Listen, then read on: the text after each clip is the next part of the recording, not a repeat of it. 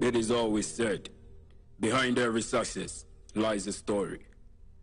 Be patient and listen to this piece, for I'm about to tell you how an expensive treasure was found buried in the clumsiest of dust. The postman. It is always said, behind every success lies a story. Be patient and listen to this piece, for I'm about to tell you how an expensive treasure was found buried in the clumsiest of dust. The postman. When the miners had mined as long as they wished, they fled for a different land and left behind a servant. For the current land had been exhausted of all its treasures, so the service of this servant wouldn't be needed. As humble as he is, he obliged. Bid them farewell and left for the broken, wretched heart these masters had left behind to take shade soon. This humble servant has spread his wings by creating a go-there-with foundation to render his voice as a voice for the voiceless in society, and wanders into deserted localities, encouraging and giving hope to the less privileged by bringing to light their hidden predicaments, so they can also feel a part of our existence. This servant is the sign of greatness, but we never notice. See how his servitude, humility and dedication have taken clear shots of him, and now he is being celebrated as a perfect picture. Today, the naysayers have their eyes filled with tears. Watch how their face drop. Now all they see is a priceless man made of black with an enviable color like the rainbow. A man whose writings, my people, is not human but has got an inward beauty with stylish fonts made of gold. A man whose news is but an oasis which wets the throat of the wandering traveler. A man who looked up to few, but today many look up to him. Silver and gold are tested by flames of fire. His brand is harmless, but touch not, for it is an electrocuted naked wire, with God serving as the plug. There won't be the need to continue this story when the treasure in question is no other than our very own Kobby, a humble servant who keeps saying he won't stop polishing till he shines. Polish still shine. The postman.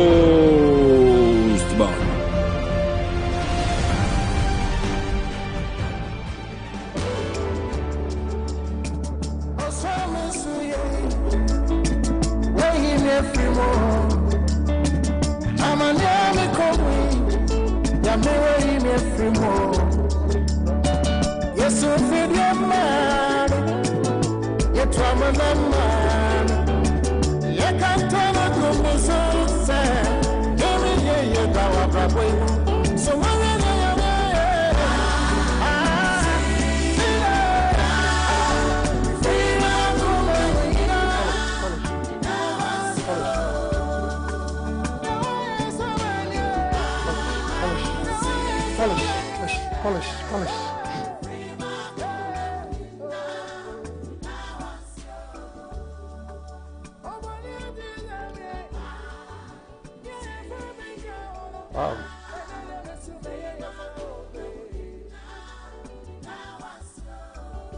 Aye, madam, was someone transit.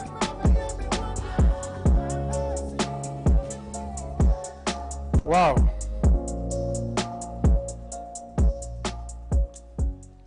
Momo sema me na my idea. Momo sema me.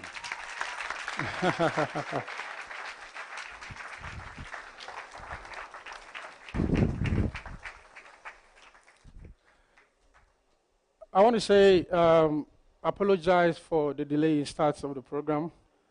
My name is Kobby Kyei, the socially conscious blogger. And I'm sure you guys are here today to change the narrative, to help me change the narrative when it comes to the blogging fraternity. Are you ready? I'm super humble to have all of you here come listen to me and my amazing speakers. I'm feeling nervous, I'm feeling tense because when I came all the way from Duakwa, proud Aguna Duakwa boy, and I'm here, started blogging years ago, and I'm here, kind courtesy. Help me, I'm going to thank 3 people before I start. Number 1, I want to say thank you to God. Number 2, I want to say thank you to God.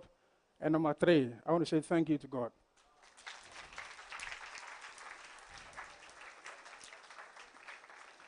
I want to say a big thank you to God for how far He's brought me.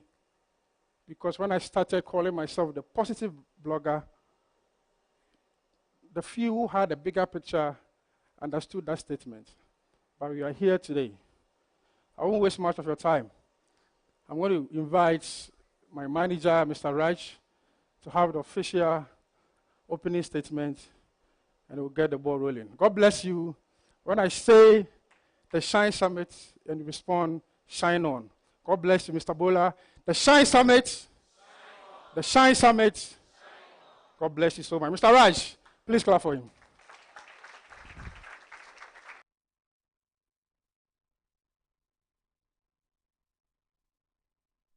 Hello. Yes, it's a great honor, and we are humbled to have you all here at the very maiden edition of the Shine Summit. We don't take it for granted at all. The entire team, we want to say we're grateful for you coming here. Basically, the Shine Summit, I mean, Kobby and I were, having some conversations and all that to see how we can project all the impacts he is doing and all that, and how can we physically, because again, he's been to shows, he's been to a lot of programs. I'm sure you've seen Kobby on a lot of programs as speakers. But this is a very perfect opportunity to use as influence, together with our honorable speakers, to also physically meet all of you so that we can inspire you and connect with you more. So we want to say thank you all for coming. The feature for the Shine Summit is awesome. We want to build a Shine Hub, whereby we can give opportunities to creatives, to people that aspire to be entrepreneurs, to people that aspire to be in the media journey. That's how come we've brought all the aspects. So Shine Summit focus on 3 aspects: web, media, and tech. So thank you all for coming. We have amazing speakers that are going to inspire you and all that. So thank you all, and do enjoy the rest of your program. Thank you. Bye.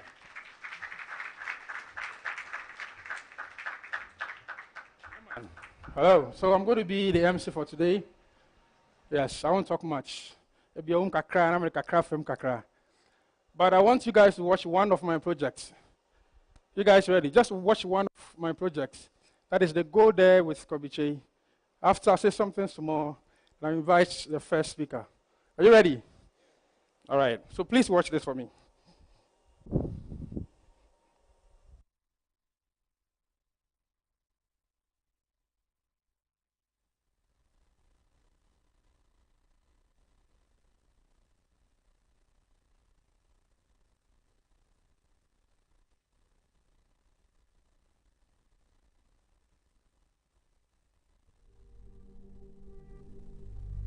It is always said, behind every success, Just play any of my Go There with Kobby Kyei project video, and let's see how I've been able lies to a use story. social media Be patient and to listen to this change, piece. to change the I'm narrative. about to tell you how an expensive treasure was found buried in the clumsiest of dust.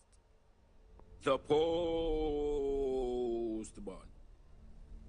When the miners had mined as long as they wished, they fled for a different land and left behind a servant. For the current land had been exhausted of all its treasures, so the service of this servant wouldn't be needed. As humble as he is, I think you guys have be watched this already, obliged. right? Bid them Okay. farewell and let So for the please hold on broken, for me. wretched heart these masters. Now, social media is very powerful. The mind is very powerful. You know that, right? Now, everything that you consume on the internet have the tendency of destroying your mindset. That is why I've been able to put this event together. We're going to talk more about that and the new media, traditional media. Is it playing?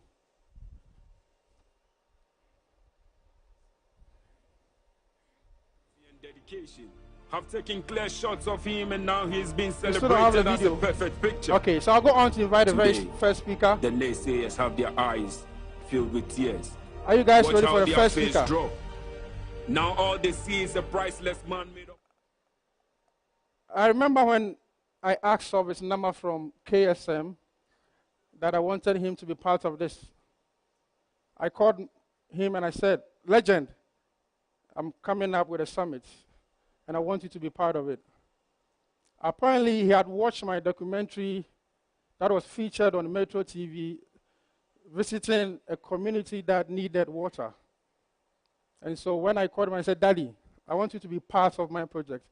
He said, "Just yesterday, I was watching a documentary of you moving from Accra to a community to provide them with water." Ladies and gentlemen, I am super humbled to have this man on my project. Together, let's clap for legendary Mr. Tommy Annan-Forson.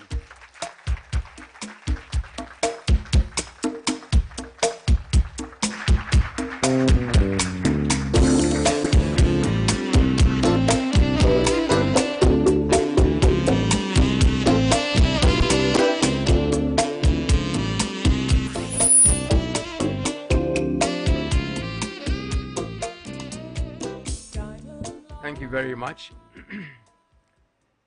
He talks about he being nervous. Then what am I? When he said he wanted to thank 3 people for bringing him where he is, he said, first one, God Almighty. Second one, God Almighty. And third one, God Almighty. Reminds me of something in broadcasting before I even start. There are 3 rules in broadcasting when it comes to the media. Rule number 1, practice. Rule number 2, practice. Rule number 3, practice. Be a first-rate version of yourself and not a second-rate version of somebody else. That means that you can make a difference in someone's life. Ladies and gentlemen, once again, thank you. I want to congratulate Kobby for this beautiful initiative. It's not easy to organize events like this, especially when it comes to the issues of blogging and stuff like that. When it comes to probably entertainment, then you get a very large audience. But I think for all of you in this auditorium, or should I say hall, you give yourselves a round of applause because you've shown dedication.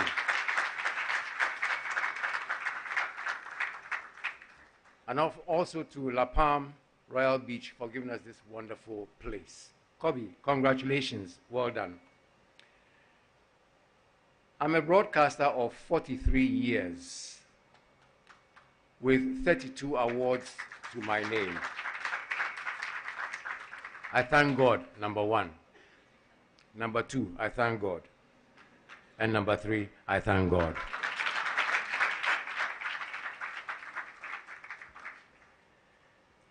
Ladies and gentlemen, we have seen broadcasting revolve from behind us to today, but perhaps we cannot determine the future. When I started radio 43 years ago, and perhaps some of the things that I'll say, people might say, oh, that was old school or it's old school, but taught me the issue of professionalism. The first day I sat behind the mic, I had what we call popomiasis. because at the time we had only one radio station for people to listen to. But trying to get into GBC, my starting point, they had a certain mindset. Those days you had to have GCEO level, which unfortunately I didn't have much of, because with success, with a huge success, I failed mathematics very well. But they decided, let's wave away the policies and give this man a chance, which they did. And so the first time behind the microphone, I really got frightened. But then, throughout my journey of 43 years, GBC taught me something. Be that first-rate version of yourself and not the second-rate version of anybody else. It might interest you to know that if you had to go behind the microphone or do a program, ladies and gentlemen, you had to, whether you like it or yes, you had to script everything from your hello to your goodbyes. Even your time. But of course, if you had to mention the time, you had to look at the clock. If not, you mentioned the wrong time. We didn't have the luxury of laughter. We didn't have the luxury of telling jokes. But I was determined to be somebody very different. Ladies and gentlemen, I never went to sixth form. I never went to the university. I have no university education. But GBC gave me that platform. You had to do things in a very professional manner. Know what to say, when to say, how to say. Make sure whatever you are going to say, you had the facts in your head. If I was going to do a program on, let's say, Bola's radio station, it was mandatory that you be there 1 hour before time. And there are 3 things or 4 things that you had to do: cool, calm, collected, and composed. Because everybody can make mistakes. We still will make mistakes as we go along, but we can correct those mistakes. But the question I want to ask is, who do you want to be? Those who want to be bloggers, those who want to be broadcasters, those who want to be TV presenters? It's not an easy job. It is a huge task, but it's a very noble profession. And when we say noble profession, I'd like to acknowledge 2 people in this room who perhaps have taken some lessons from me. Maybe not. But I must say I'm very proud of all those I have trained with my radio academy that I had, which we're going to relocate and start again. But let me acknowledge Bola Ray. And let me acknowledge, she's trying hard not to look at me. I don't know why. But whether you like it or not, you have to. I've given her a new name from today. She's called Top Notch, Portia Gabo. You see, there are people that even at this age of going to 69, I still learn from. I learn from Bola, I learn from Portia, I learn from people. Knowledge never ends until you kick the bucket. And so I kept on learning and learning and learning and learning. But those were the days. No sensationalism. Mechanisms were put in place you had to follow. Straight jacket broadcasting. If you laughed on the air, they'll give you a query. You have to answer. But they say that the pen is mightier than the sword, right? But the microphone through which I speak is mightier than the pen. With the pen, you can write something, block something, make a mistake, insult somebody, retract. The microphone is different. You cannot retract what you have said. You can only apologize, but then the damage would have been done. So those of you who want to be broadcasters, bloggers, you need to ask yourself, am I ready for that kind of profession? Am I ready to learn from others? Am I ready to take inspiration, be passionate about the job? It's not about having to do the job, but wanting to do the job. They are two different things. And if you think that getting up at 3 a.m. or 4 a.m. in the morning to go to work, it is no joke. You can ask Portia. I did it for so many years, even to the point where I experienced 3 coup d'etats and had to still go to work. And when Sojaman says, stop, show your ID, your heart moves from the left to the right and then to the back. But those were some of the things about the job that you want to do. But unfortunately, ladies and gentlemen, let me switch. I'm not going to take too long. What do we see and hear today? Broadcasting has taken a huge nosedive. Why? Because it's now a commercial entity. When I left GBC after 16 years and started Joy FM on the 1st of May 1995, as the first voice on Joy FM, I was given an experience. I was given the leeway to explode with my talents. Even though a couple of times I laughed on air on GBC, I got into trouble. But I said, take me as I am, or dismiss me. That was how the advent of laughter started on radio. But when I started on Joy FM, I exploded with everything that I had. But, ladies and gentlemen, I knew my parameters. I knew where to stop, not stepping on people's toes, but rather trying to inspire people. That was what I tried to do. But please, ask yourselves, how many of you in this room today can listen to radio and enjoy radio? Seriously, I cannot. Maybe 1 or 2 or 3 people, yes. But if you listen to radio, or mainstream radio, or the media, for me, I'm sorry to say this, it is the truth. It is appalling. It is horrible. To the extent that today, everything you listen to involves politics. Even mosquito will pass, they say politics. You see a cockroach, they say NDC, MPP. That is not the issue. The issue is, how are you going to impact society when you get into the media? Look at blogging today. And this is where Kobby stands alone in what he's trying to do. And for that, I salute you, Kobby. All you see is blogging, entertainment. Today, they are pitching one person against the other, causing more commotion without checking their facts. Today, Shatawale has done this. Tomorrow, this person has done that. Then there's an insult. Tomorrow, Nana McBrown has done this. Hey, then there's an insult. What impact are you creating? What are you teaching the children of tomorrow? They will follow us. They might follow you.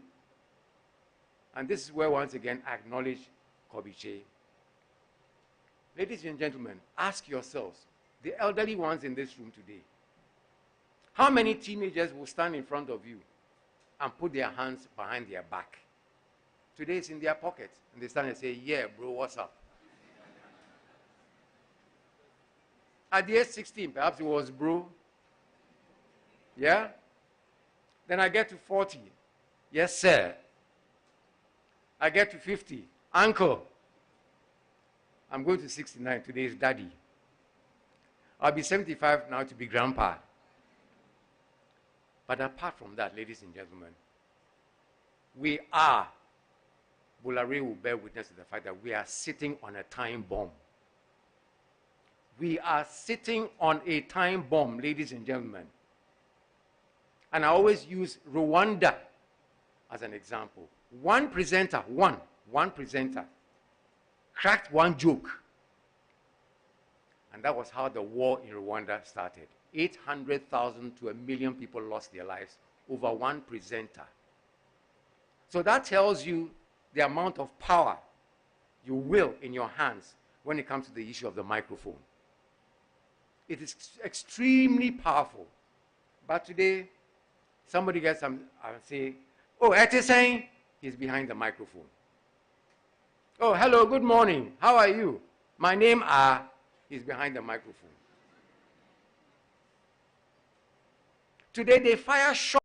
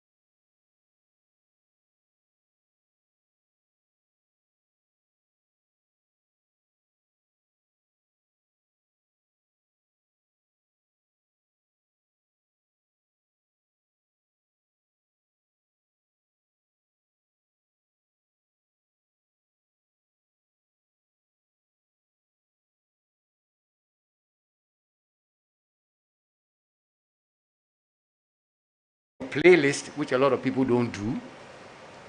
Go through what you have to do and then remain cool, calm, and collected. When you get on air, trust me, you will exhibit certain professional things on the air. You marvel at your own self. So my question is, ladies and gentlemen, you want to be a blogger, you want to be a broadcaster, you want to be a television presenter. My advice, research. Portia does it. She's done some amazing stories. I've listened to amazing stuff on Star FM, Joy FM. But you see, unfortunately, my friends, humility in this profession should be your watchword. Some people walk on air because they think, oh, me drew her. Some people I have trained today have become masters of their own. They see me and they walk past me. I couldn't give a hoot. It is your life. It is my life. But my worry now is the future. Because like I've said, my brothers and sisters, we are sitting on a time bomb. When you listen to radio every morning, watch television every morning, what is it that you hear? When we have major problems in this country that radio can use to solve. Television, TV3 is doing it. Metro is doing it. Other stations are doing it.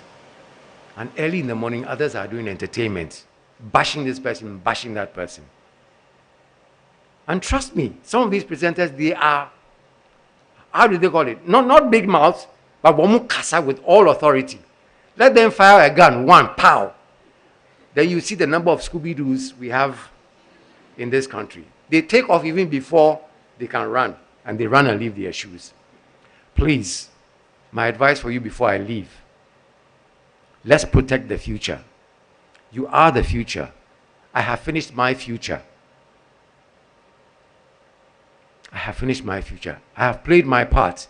It is time for you to play your part. Ask questions. Call Kobby, call Bola, call Portia, call Kwame Sivakan. How do you do this? Today, somebody will ask you a question on an interview. And the interviewer will say, I'm the one who asked the questions. You give me the answers. I will slap you in the studio yourself. You will check. That's the level of disrespect for authority, age, and what have you. You are the future. You need to create stability in this country because once you get behind the microphone, you are the authority. You are the radio station or television station at that time. You owe it to Ghana. And if you respect those who have done broadcasting in the past, Bola for so many years, Portia was 16 years, some 24 years. Learn from those people. There's nothing like, oh, na time apahu. Larry King of CNN did at the age of 78. Sir David Frost, 94 on Al Jazeera, was still broadcasting when he died. But Ghana, who drew 60, I say, oh, time apahu. I leave it in your hands. We've played our part. We will continue to play our part in whichever way that we can. If you need to ask me questions personally, or you want to know about radio training, you can always get in touch with me. I'm ready to help. FOC, free of charge. Free of charge. So that when the good Lord calls me, which will not be now, because I've spoken to him, my panicho. So I'll be frame me on sending me text. No train kakra. Me wo ejuma ye. And I'll continue to help. Ladies and gentlemen, the future is yours. Protect Ghana. Protect yourself. Create an identity. Be different. Today they call me king of country. Because I introduced country music into this country, so to speak. The godfather of radio. All the accolades, they are nice. 32 awards, they are good. But I'm still Tommy Annan Forsen. Will always remain the same. I will respect my audience because you people in this room made me who I am today. It wasn't me, it was you. It was you. I got a lot of respect from my audience, and my audience were you. I thank you for acknowledging me for saying this man is good. I thought he'd be able to meet Jimmy Pa. That's my nature. I'm a fancy. Ladies and gentlemen, I want to say thank you very much. May God bless you all, and thanks for listening to me. Amen.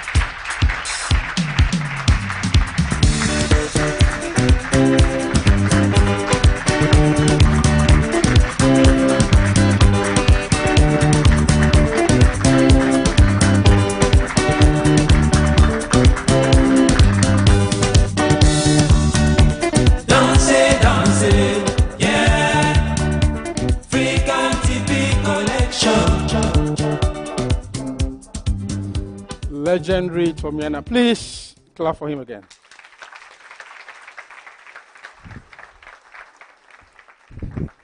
Thank you so much. Thank you. God bless you. Now, the value of how you build yourself and how you position yourself on social media. I keep saying that we are in a world of audiovisuals. The things that you hear, you see, will affect you. You have a 3-year-old son or daughter at home, and because he or she keeps watching cartoons, he or she will start to develop an accent. And so, too, it's because of the things that he or she is seeing or hearing. You have to put some value on yourself when it comes to social media. I know there are a lot of influencers here. I literally, and I've said it on all platforms, please cue one of my videos. I've literally said on all platforms that I joined every social media platform because of SAC. Please,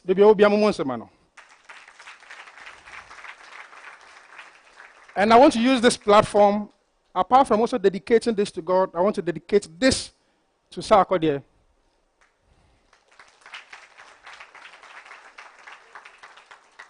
I joined Facebook, Instagram, Twitter, every platform because I wanted to follow his activities, and I'm here today. And I was able to transcribe and think to know that I don't want just to be like look-alike. Because in senior high school, junior high school, they were calling me, hey, Kobby on all platforms. And so when I see the lookalikes, I said, it is good, it is very beautiful. But how can you transcribe that to build in yourself? You look like in Promise, it's good. You look like Mr. Drew, it's good. I couldn't just be walking around telling myself that I look like Sack. I look like Sack. After getting that mileage of you looking like in Promise, what are you going to do for your family? And today, my dad and my mom, they are here. Please clap for them. At the right time, men choke, at the right time, yeah, I'll introduce them. So, putting value on yourself on social media. I want you to watch one of the projects that I've been able to use my platform to do as a blogger. Please watch this.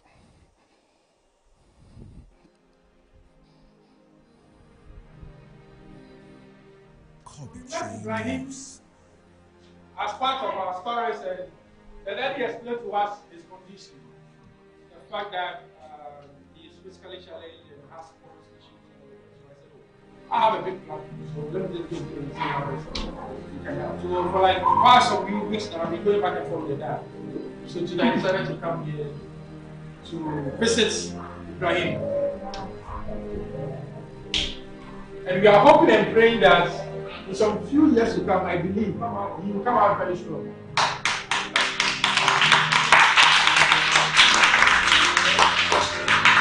So we decided to come here and have a small presentation for Ibrahim and also share biscuits for all of you. Wow. So Ibrahim is going to give all of you guys biscuits. Hey. So one of the challenges that we identify was the fact that the dad actually, I don't know whether the dad wants to be technical school. The dad actually designed this for him. In his own wisdom, he created this for him, which is not professional. But he's been managing this for a while now. But I said, no, let me also get this for you right now. Thank you.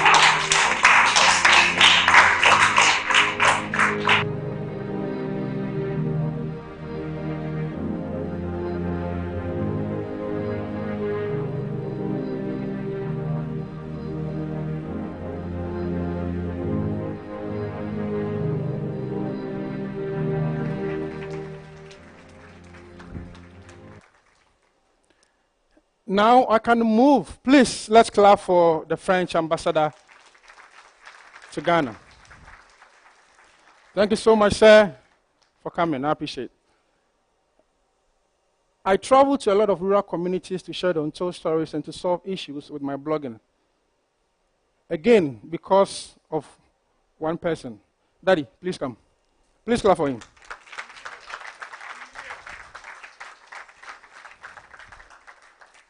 He looks young, eh? Uh-huh. Yes. So my dad, now he currently works with the fire service band. He plays the trumpet. That's how come I also play the trumpet. So when I was born, my dad used to work with the Salvation Army Rehabilitation Center at the Salvation Army Clinic. And my dad was in charge of building calipers and crutches for children who are physically challenged at Aguna Diakwa.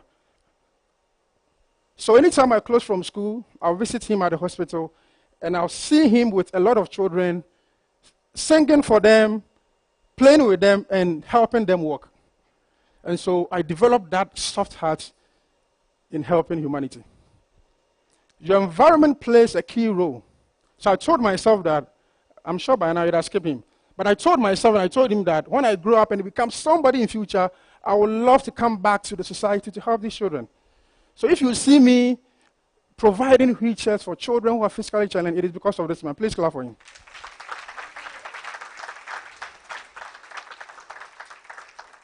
Thank you so much, Daddy.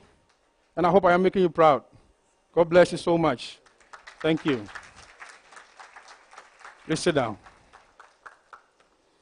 My next speaker, when I was embarking on some of these projects, I called her and I said, I've seen you embark on such projects. I am going to the central region to share the untold stories. I've seen you on TV, documenting stuff. What can I also do?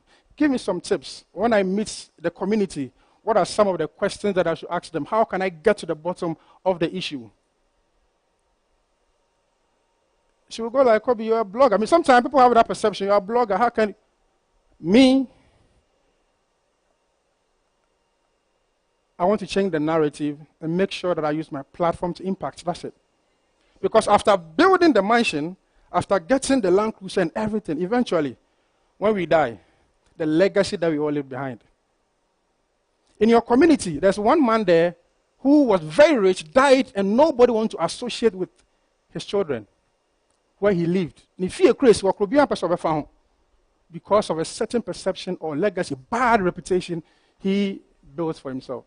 And there's another man on also Kobby, on also Niska Bebreo, but he or she came all out to support humanity. Well, we call a friend, Madam Mensa, and Mr. Mensa. We call baby not the Mensa, no, be a case. Mr. Mensa be boy, me time me, you know about just because of the name.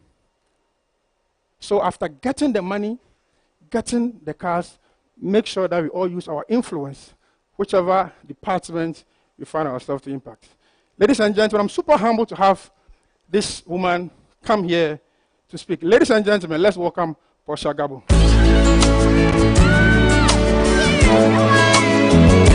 There's a place in your heart, and I know that it is love. Good afternoon, everyone. I'm indeed humbled to be here this afternoon to share a little piece of myself with you all.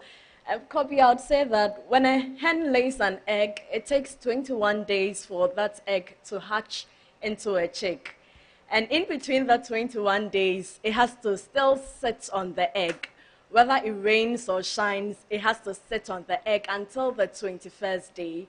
And when you had the dream to come out with the Shine Summit, you did sit on your egg. And today is your 21st day. So congratulations to you, Kobby. It's your 21st day. I always say that it takes a village to raise a journalist, and I'm humbled that those who did help raise me up are here, and thank you so much. I'm getting ready to start. I'm a shy person though, but I'll see how I can overcome the shyness. So I'll start with a little piece of my journey with you. I was in class 3 one day when there was a lady wearing black came to look for me. She said she was my relative, so we went home. Apparently, my father had died. I had never met my father in my life before. So everyone was wondering, what will become of your life? And I just said, God will determine what will become of me. So I had many professions I wanted to become. So first of all, I said I wanted to become a medical doctor, but my math was terrible. Then I said I wanted to become a lawyer, and then someone told me when lawyers die, they're turned upside down because they cannot meet their creator. And I said, oh, if that's the reason, then I won't become a lawyer. So I was wondering what I'll become someday till I went to Ewutu in the central region. My mom is a nurse and she was posted there. There was no electricity over there. So the radio became my friend and I was listening to BBC Focus on Africa. I heard Kweku Sechiado, how he'll take a simple story from Ghana and make it a global one, how he'll interview an ordinary human being and blow the person up. I was like, okay, I think this is what I want to become someday. So I went to senior high school. I went to Kobby Girls Senior High School. And then me that was afraid of mathematics, I was given elective maths, I was given economics, I was given geography and literature. And I was wondering, how will I sail through? So I went to the headmistress and told her to change my course. And they were like, they can't do anything about it. So the first time I wrote my elective math paper, my highest score was 2%. You're clapping for me. And I was wondering how I could do so well in literature and other subjects, and then get to elective maths, and I'm struggling. I'm even last but one in class. So I went back to the headmistress. I want to change my course. She said no. And we're inching closer to writing our WASI. But one day there was a competition in school, and they needed the best student in science and maths, as well as the best student in literature, English, and current affairs. So we went for the competition. It started with elective maths, and when the quiz master would ask the question, I'll be drawing flowers and pretending I'm actually answering a maths question. It got to science too. I was also drawing flowers, and my friends were laughing at me. So after the first 3 rounds, our school was last but one. There was left with the last round, which was English, literature, current affairs. And when it got there, the other contestants, no one could answer those questions, and I answered with a bonus. Then by the time I realized the school that was last but one became first, just because I answered the literature and then extra questions on current affairs. I learned a lesson that day that if I could focus on my strengths and work on my weaknesses, perhaps I could make it in life. So it was time for me to write my WASI. I'd done everything. It's not a case of me not understanding mathematics. I think mathematics did not understand me. So WASI time came, and then I saw the questions. Before that, I sat my mom down and I told her that, Ma, I'm going to write this paper, but I'm prophesying to you that I'm going to come out with an F in elective maths. But don't worry, I will try so hard to make it to work with my core maths so that at least I get a pass mark to the university. And she was like, what kind of prophecy is this? So WASI also came. I rewrote the questions back to the examiner, and I drew my flowers again. So lo and behold, the result came, and my prophecy came to pass. I had my F in elective maths. And then I remember school authorities asking me, what will happen, what will become of you? I said they shouldn't worry. Luckily, I did so well with my core maths. At least I had my pass mark in core maths, and then I could go to university. So while waiting for my results then, I was teaching some children in my neighborhood. So while teaching them, I'll just take a newspaper and I'll pretend as if I am a newscaster on TV3. I wasn't yet at TV3, but I'll just take and then pretend I was a newscaster, and then the kids will all be laughing. Then it was something we were doing every day. Little did I know that that was actually preparing me for my role or my career in the media. I did national service at Information Services Department at the Ministry of Information. anytime we'll go on a break, I'll just take a newspaper and then I'll pretend as if I'm a news anchor at TV3. Then one day, a colleague of mine would just take his phone and then record me, and then we'll all be laughing. While we were doing that routine one day, we saw an advert on TV. TV3 was looking for a news anchor and journalist, and then in that room, all eyes turned to me, and they were like, "This is you. I think TV3 is looking for you." But I was a very shy person, and I had big ears. Are they still big? And that day, I was in ponytail, so it meant my ears were sticking out, and I had to go and take a passport picture. So I took that passport picture with my both ears glaring out. But interestingly, when the news editor saw that picture, it is what attracted him to me, my ears. Because in his family, many people in his family had the same ears as mine. So he actually called to see me first to do the first interview. So something that I was actually running away from is actually what led to my breakthrough. And I remember I was wondering what will become of my life. I went to ICGC, and then I heard Dr. Otabo preach, and the title was The Making of a King, how God picked David up from the shepherd boy and put him into the king's palace. So I prayed a prayer that day. I was like, "God, if you could do this with David, can you do the same thing with me?" And I think God heard me. So I got employment at TV3 Network. And then it was just a promotion from being in the wilderness into the king's palace. Little did I know that that was where the real tests would come. So, for example, you need to learn how to speak English well. Sometimes the English you are speaking, you're actually not speaking it well. So, for example, the word says, it is actually says. Soften, the T is silent, it is soften. It's not jeopardy, it's jeopardy. It's not climb, it's climb. And then it's not bomber, it's bomber. I did not know about all these things. So with my natural training, I didn't go to any broadcasting school to learn how to read. So I'll go on air and I'll say these things, and then Uncle Tommy would call me. I was like, "You butchered this word." And I had to relearn English again. At that time, it meant that your employers would take you off air for you to learn. And I was being given the little news bulletins to read. So I was like, okay, it's a setback for me, but I'll get myself a dictionary. Uncle Tommy would call me and then help me occasionally. And I'll relearn how to speak English once again. And then there was one time I walked to the office, and then the security man saw me and he started laughing. And I asked, "What is it?" He said I should pick graphic showbiz. I opened it, and there was a lecturer at the University of Ghana who had written the list of news anchors whose pronunciation were bad, and my name was part of those. I was like, "Oh my God, this is the end. I'm not going to read the news again." So it was time for me to read, and I actually drafted my resignation letter in my head and what I was going to do. It was time for me to read the news, and then all of a sudden, I started crying. We were on a commercial break. I started with sports news. And then I was crying, not like I was crying, "Ma, ma, ma."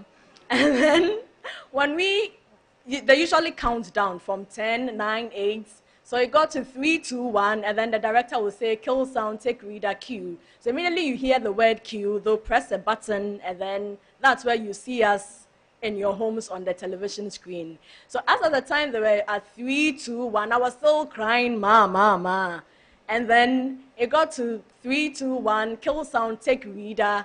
So just when the switcher pressed the button, guess what happened? There was light off in the whole of Ghana that day. Immediately, I knew there was a power greater than me that caused this to happen. And I was like, okay, did God send an angel to cause a problem in the whole of Ghana just for me to be saved? And I was like, if this is what actually happened, then I have no excuse than to excel in my profession. So when people were reading, my colleagues were reading the major news bulletins, I was sat behind and go through the scripts. One day, I was going through a script. I saw that a member of parliament had donated drinks to a community. She donated the drinks because some 2 school children drowned while they're on their way to seek quality education. Immediately, I knew there was a problem. they did not need drinks. They either needed life jackets or they needed a school in their community. It wasn't my story, it was someone else's story. So I sought permission from my senior colleague and I was like, I'm going back to that community to do the story that he did, because the focus of that story was about the MP giving drinks to the community. So I went back to the community to redo the story, joined them on the canoe, and there was even a big hole in that canoe, and that explained why many people died while seeking an education. I did that, and then they had life jackets for the whole community, and that was actually what gave me my first 2 awards at the Ghana Journalist Awards. It wasn't my story, it was someone else's story that I retold. And I always say that each and every one of us has a voice. Some people have a very loud voice, others, their voices are down. So journalism or the media comes in to amplify the voices of those whose voices cannot go far. And that is why we come. And I'll just play a video shortly for you to see one of the impactful stories that I've done. I was at a village called Awawosukpeti in Asesewa, Upper Manya district of the Eastern region. And in that community, there was a family. They had a rare disease, and they've never been to school before. Yeah, let's watch it and then I'll continue. On 19th March 2023, I was at Awawosukpeti in the Upper Manya district of the Eastern On 19th March region. 2023, I was at Awawosukpeti in the Upper Manya district of the Eastern region. They had never report on the Tay family, who had 4 members living with a rare disease. Due to stigma, they had never experienced classroom education. After the story aired, Enlightening and Empowering People with Disabilities in Africa partnered with Free Wheelchair Mission and the Global Evangelical Church to donate wheelchairs to them.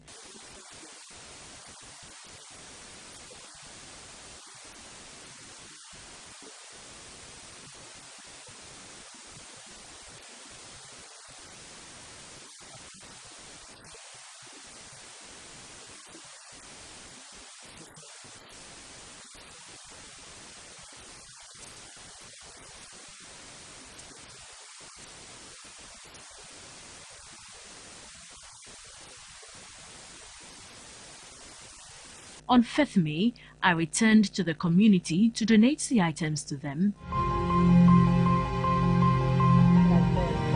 So that's me donating some used clothing to them in the community. But the best part of it is that they had the opportunity to go back to school.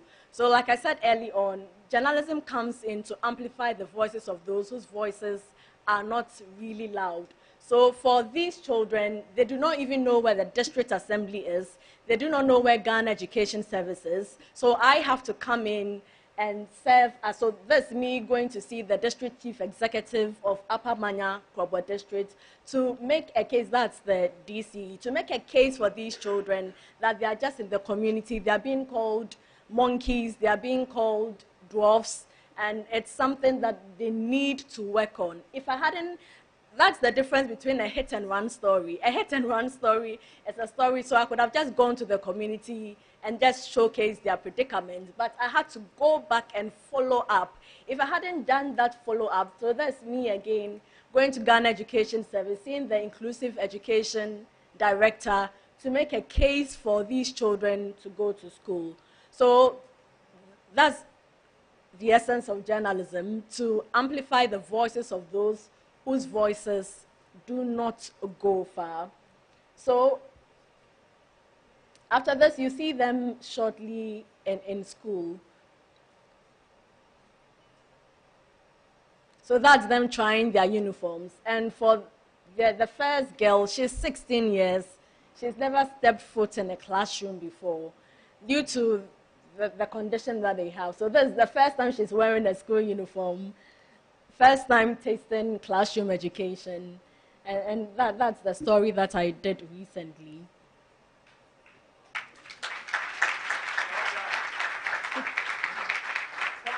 And this, is the sound working? Yeah, just watch this one. I was told a student, Samuel Lakono, wanted to meet me to tell his story to the world. What I did not know was that meeting him would affect me emotionally as I began to interview him. My name is Samuel Lakono.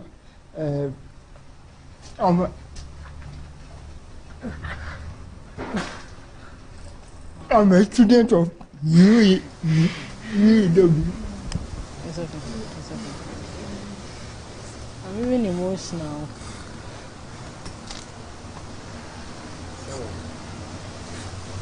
It's okay.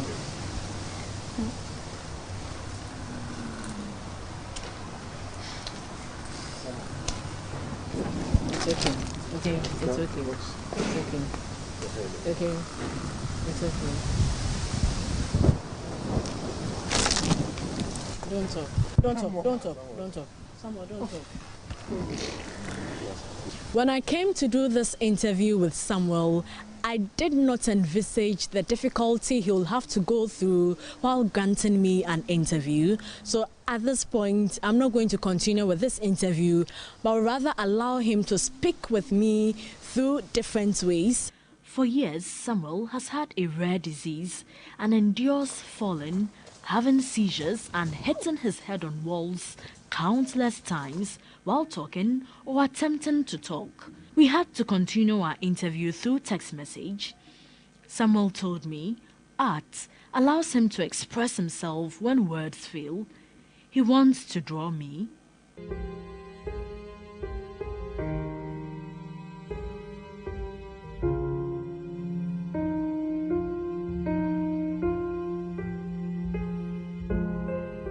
He tells me while some Ghanaians see him as an evil person, others run away from him. He recalled an experience in public transport when all passengers fled when he tried to tell the maid he would alight. It's a lonely world having this rare condition. It creates a lot of stigma, and he wants to talk and everybody starts staring at you at places.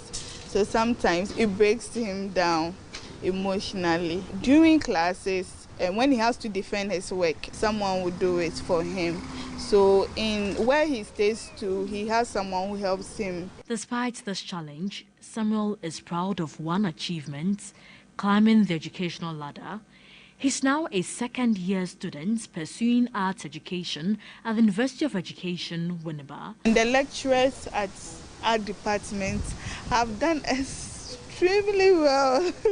They've all been very, very supportive. Mr. Kemaba, especially Mr. Francis Ansia. Always, and some Akuno is talking about this man. He's really a wonderful man.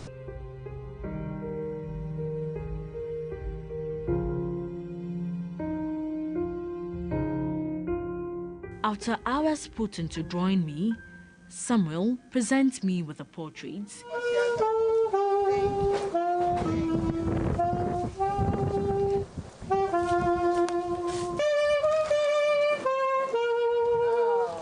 He wants the public to support his artwork so he can financially support his education as well as his medical treatment. What he needs is financial support because art is very expensive. I think, to me, he should get someone who will be talking to him to let him do it, like a certified clinical psychologist. He's also hopeful that someday science will advance and he will talk without difficulty. I came to interview Samuel to share his story with the world. Instead, I had more than a story, a lifetime experience about a young man who spoke through art when words failed him. If you are able to talk without difficulty, do not take it for granted. Portia Gabo, TV3 News, Kaswa, Central Region.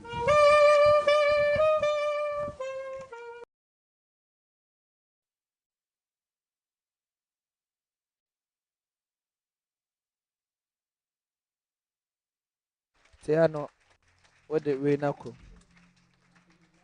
HF we no a kate lows ni be free. Brother. Okay. See me deko. Two. Yeah. Yeah, two. Yeah, sure. What's your nini? And no nini, and about nini. But when you okay, oh okay, it's the same. Okay.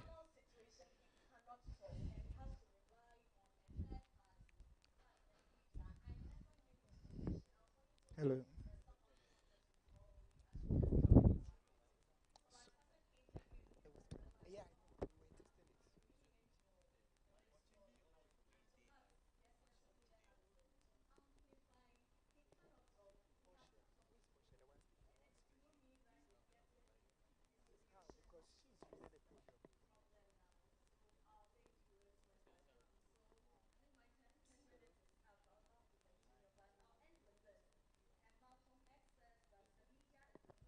Powerful entity on earth. They have the power to make the innocent guilty and to make the guilty innocent, and that is power because they can control the minds of people. But the big question is, what are you using your power for? Thank you.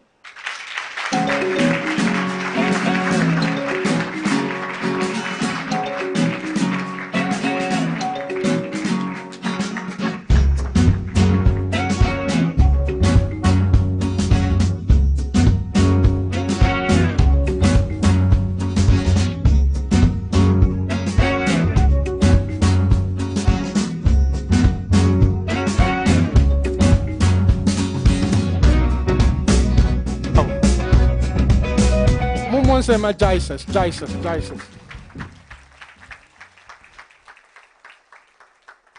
Now on our matter and I'm on this note, I am on a serious course for us to change our educational system because I am many idea na mathematics and think them kamuni ha. And it has happened to a lot of people. A lot of people, their life, quote unquote, has been useless now because they failed mathematics, science, elective math during of deck or WAEC. That is why Dr. Kwame Nkrumah, in his own wisdom, created Vocational Institute. When I was growing up, and my mom attended a catering school, used to work for Jerry John Rollins, the late. Because a lot of the people were attending vocational schools. We should not say, "Unya de or matter." I know you book long. I need the work across vocational schools. So we had pre-technical schools all over scattered the country. But today, people are even shy to attend pre-technical and vocational schools. True or false? We seem to laugh home econ students. Carpentry, we laugh at them. Shame on all of us. The mindset of how we see education in Africa needs to be changed. My brother would has visited a lot of African countries, and I'm sure when he comes, he'll talk about how our education system is failing us. Because of security reason, we have a rep from La Palma Royal Beach. Maybe you want to use the washroom. Let's give him just 1 minute for us to, tell us. Please clap for him. Short. You have 20 seconds. Good afternoon, ladies and gentlemen.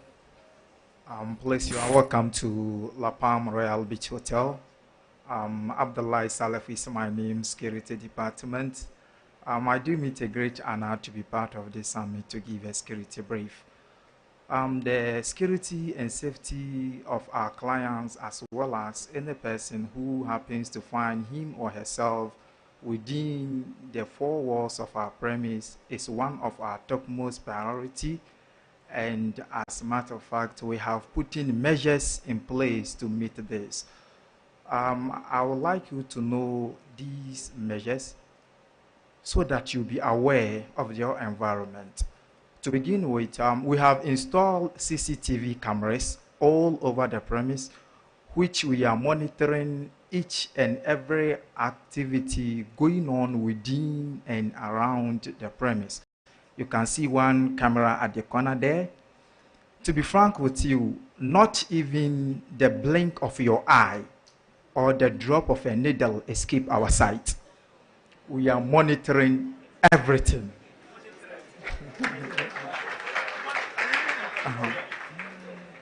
Again, we have installed fire alarm systems like smoke detectors, which you can see one at the top there, which in an unlikely event like fire outbreak, which we are 99.9% sure that that's not going to happen. But in such incident, please, we shouldn't run. We should keep calm. The emergency exit is behind me here, where the curtains is. Please, when you open, there's a door there, you exit, there's a staircase leading to the car park. That is our assembly point for head count. Again, we have armed uniformed men, that's police officers and other security guards deployed at the vintage post. Now for washroom, please, when you exit the door through which you came in by, you take the right turn. There is another door there. When you enter, there are two doors. One on your left-hand side, that is the ladies, and the other on your right-hand side, that is the gents.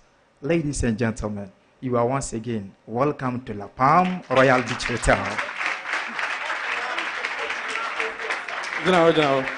I saw you had to be posting for me. Who's the MC?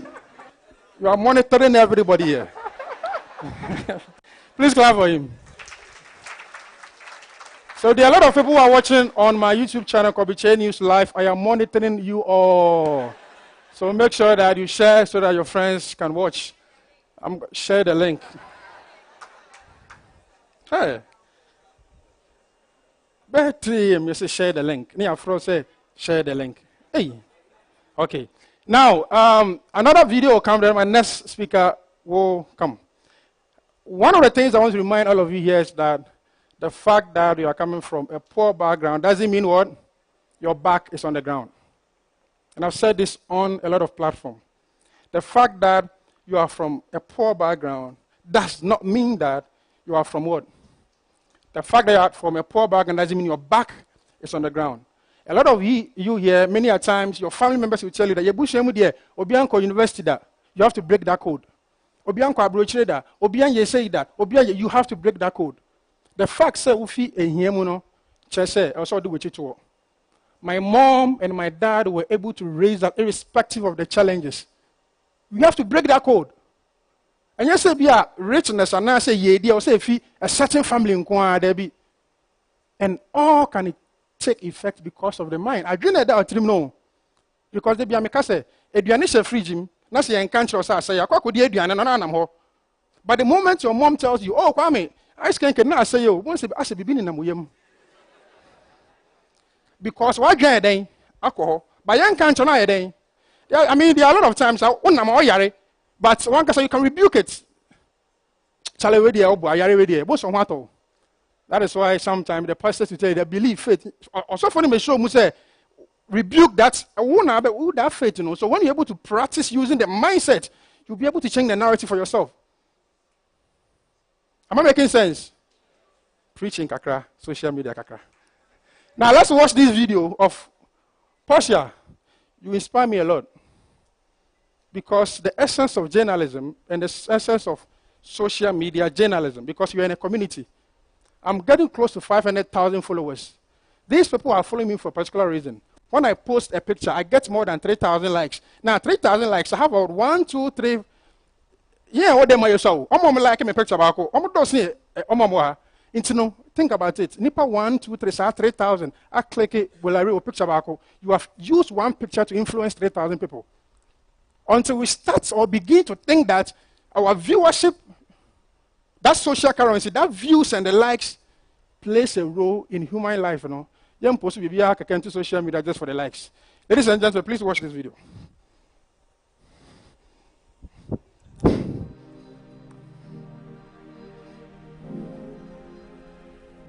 My name is Raymond Apia Kobby, Town Development Committee Financial Secretary.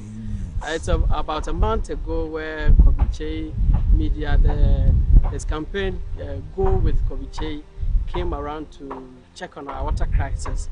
And we are so pleased to announce to the whole world, as we begged the society that we live in to help us with water, that in about a month now, we have had 2 boreholes, working clean potable boreholes, which are flowing into the community, which is 7 everybody in the community and is putting smiles to the face of every community member. And if there's anything beyond thank you, we give it to Kobby Chase Media, and then we give it to KGM and now Caveman Foundation for giving us this clean water.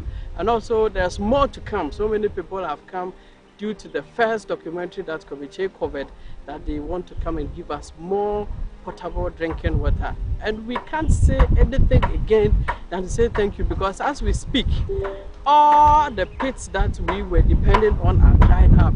If not for Kobby Chase intervention, we could have had very difficult to get water for survival. And we are pleased to say that this is how the media must be used. We have 4 arms of government. We've tried the executive, legislature. We have tried all that we could. But the 4th arm, which is the media, has pushed it for us to get this water. We say thank you to Kobby Chase, and we thank you, and we pray that God will open up all your territories. Thank you so much for clapping for me. You're not only clapping for me, but you're clapping for God, and you're clapping for all my team members. Because men I'm picture them, but behind the scenes, you have no idea. Please clap for my team.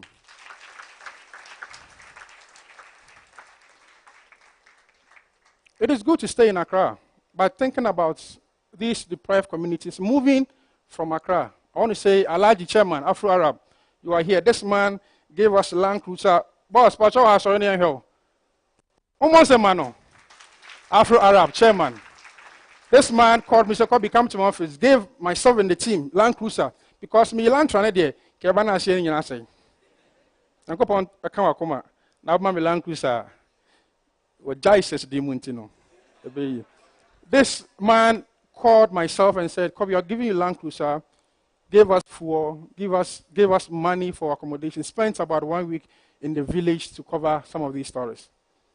And because of one story, social media, this water is going to serve generations afterwards. Generations. And I want to say a big thank you to Anthony of Caveman Watches. Yes, Caveman Watches, made in Ghana, that's the CEO. Now, you heard a Ghana, I sang for a brand ambassador, brand influencer. To me, at the Papa companies no more. So this man called me and said, Kobby, I love what you are doing. I want you to be the brand ambassador for Caveman Watches.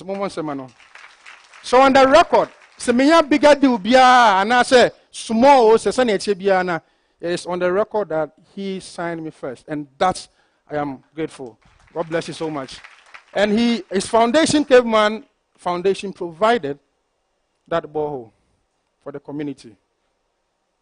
The next guest, Mifiduakwa, and Ofi Aguna Nsaba. Mifiduakwa Duakwa. Now, when you guys see me flying all the time, now me show from na me stretch them one ayona. Wherever the French ambassador, the former French ambassador is, I want to say God bless her and Sophie. And Sophie, I don't know whether I should mention my next guest name, but this man took me to Aunt Sophie and said, this gentleman here is doing amazing. But look at his impact on Tukwai. What can you do to help that brother? And Anne was shocked. With all the things you've been doing, amazing things, I say to the glory of God, with my great works, which all of you must emulate, mean Tukwai enter a plane ticket to that. I've never traveled and paid. No. I've been to France, Ghana, Ambassador, merci. Ça va? I've been to Paris a lot of times, and it is projects that the French embassy will allow, and it's because of this gentleman that I'm about to introduce. It's a Kobby. With your great works, you have to be an international blogger. You don't have to be local. He inspires me so much. People always say that I am the junior version of him. Anytime I call him. Again, Artist Vibe Africa, my first major show on TV, he gave me that opportunity to host my entertainment show on TV. Ladies and gentlemen, He's also called Kobby. Mr. Kwabena, that is Bola Ray. Please clap for him.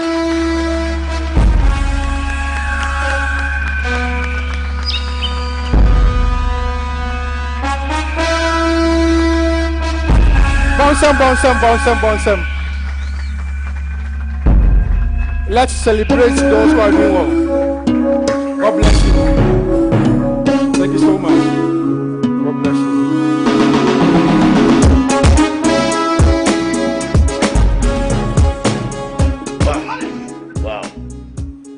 Wow. Good afternoon, everyone. Are you hungry? We will go for lunch soon, don't worry. Good afternoon. Such a pleasure to be here. And we thank Jehovah God that we've seen this day. Please, a round of applause for Kobby. Amazing human being. And you're doing a lot, Kobby. We salute you. And thank you. You could have been anywhere in the world, but you decided to be here at the Shine Summit. Interesting. We're ready to shine on, indeed. And to Tommy and Unforcing, please, a round of applause for him. A great mentor, and that's why I'm saying that today is indeed a great day. Being here and witnessing the nuggets that you poured out. Thank you, sir, and God bless you. And clearly, 69, you're going to live to be 1035. Please. Thank you, Uncle Tom. And to one great lady, I admire her so much. Portia Gabo, please. Put your hands together for Portia. Portia, you know what? You're just amazing. You're brilliant. You're outstanding in everything that you do. And God richly bless you. Continue to impact society. That's the reason and essence of life. Watching that documentary, I was telling myself, we shouldn't take life for granted. If we are able to talk, to see, to breathe, to laugh, thank God. And please, let's, cast our minds back and be grateful to God every day of our lives. We're here today, we're talking, we're smiling. Somebody couldn't see today. Somebody's sick on the hospital bed. The fact that you are here with beautiful people, thank God Almighty. So maybe you can turn to somebody next to you and say, thank God for life. Wow, thank you. And it's so beautiful because 3 years ago, and before I get on to my presentation, 3 years ago, or almost 3 years ago, November 2020, I nearly lost my voice. And I was telling myself how ironic. I went to do a surgery, and I nearly lost my life. I had to be flown to France, again thanks to the French embassy. I couldn't talk for about a week. I had to scribble. I was there with my wife, and I had to scribble everything that I wanted to say. It started coming out, and it was very shrill. And I was saying to myself, 1 minute, the man who's been said to have the baritone voice, and he can do everything on the radio, and now you're, how do you bring me this one? Within a split of a second. And it tells you that life is precious. All the cars, all the money, all the houses, yes, they are good, but let's be there for one another. Because we never know what will happen to us tomorrow. Let's be humble. Let's love one another. So looking at that documentary and seeing how the young man was struggling, Portia, thank you again that we have help for him. If there's anything that all of us can also do, please don't hesitate to reach out. Because I could identify with that. That within a split of a second of a surgery, of whatever has gone wrong, and you have to. I couldn't even lift my hand up for about a month or two. So we thank God for grace. So you young people out here, please, let's continue to respect one another. Like Uncle Tommy said, that is all we have in life. All the talks on social media, pulling somebody down, insulting one another, that is not what Ghana wants or the world needs. No. When we have set platform, we have to imbibe in you, and of course, instill in you that discipline of life. We are all not perfect. We err. But at least we can shape lives with what we know. So thank you.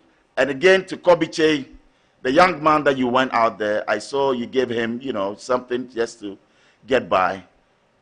We have a foundation called the Empire Foundation, and I'll speak to the team that will donate a wheelchair to support the young man.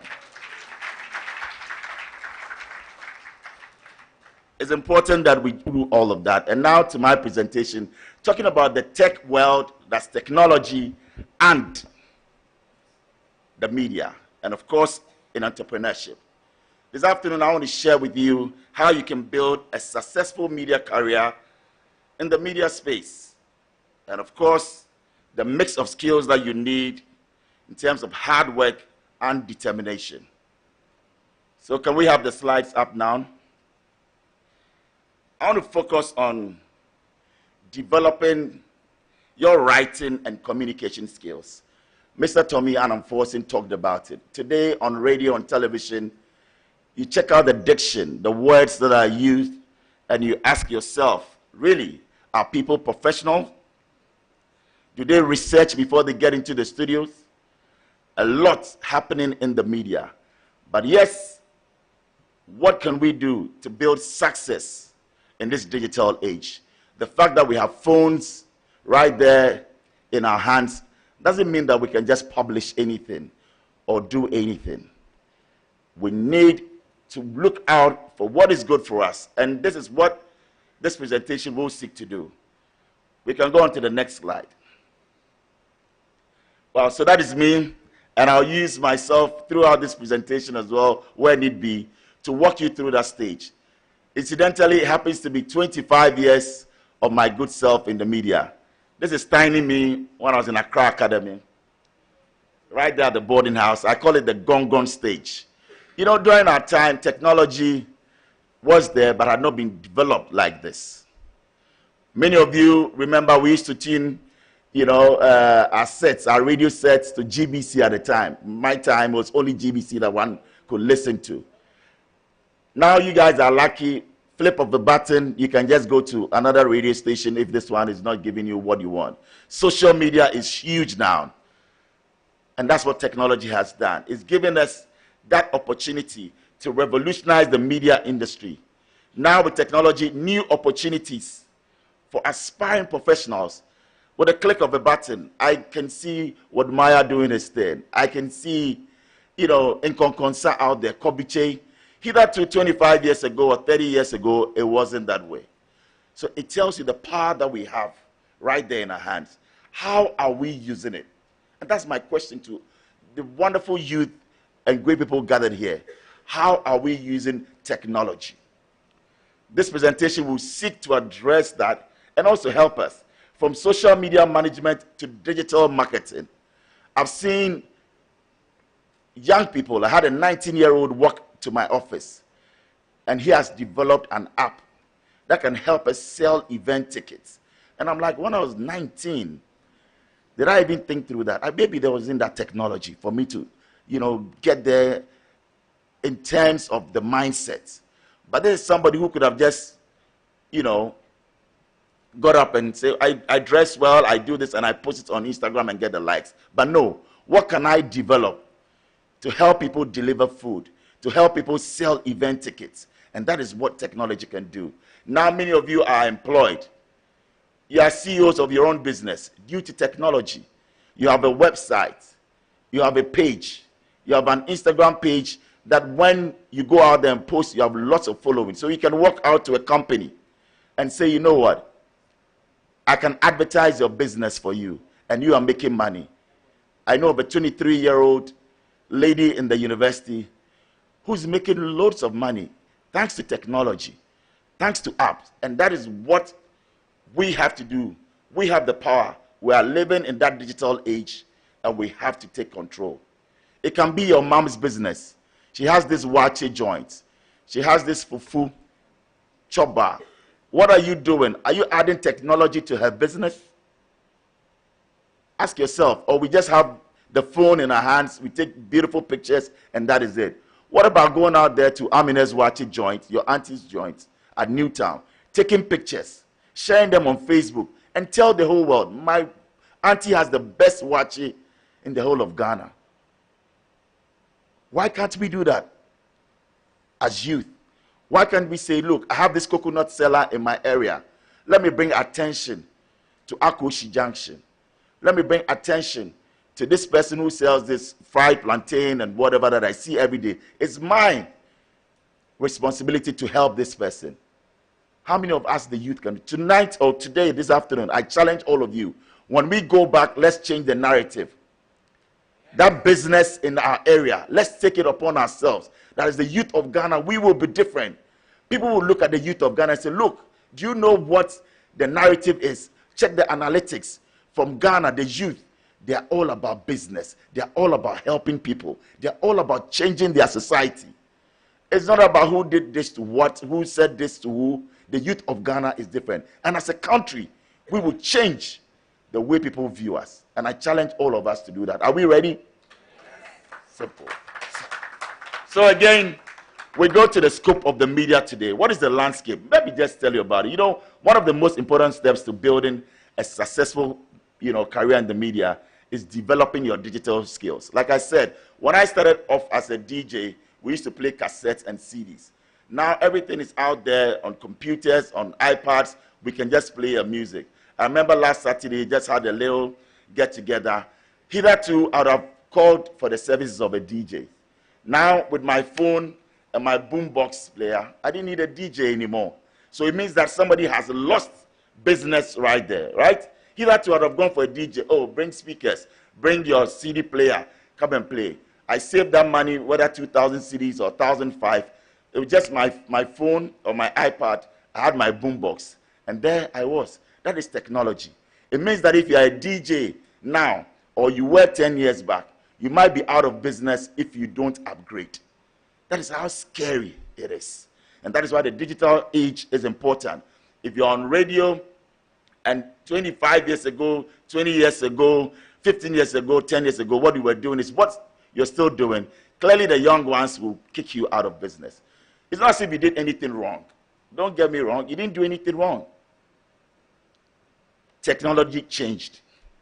Things moved out of the way, and now you've been left behind. So your being at one place can be interpreted as you going back. Are you aware?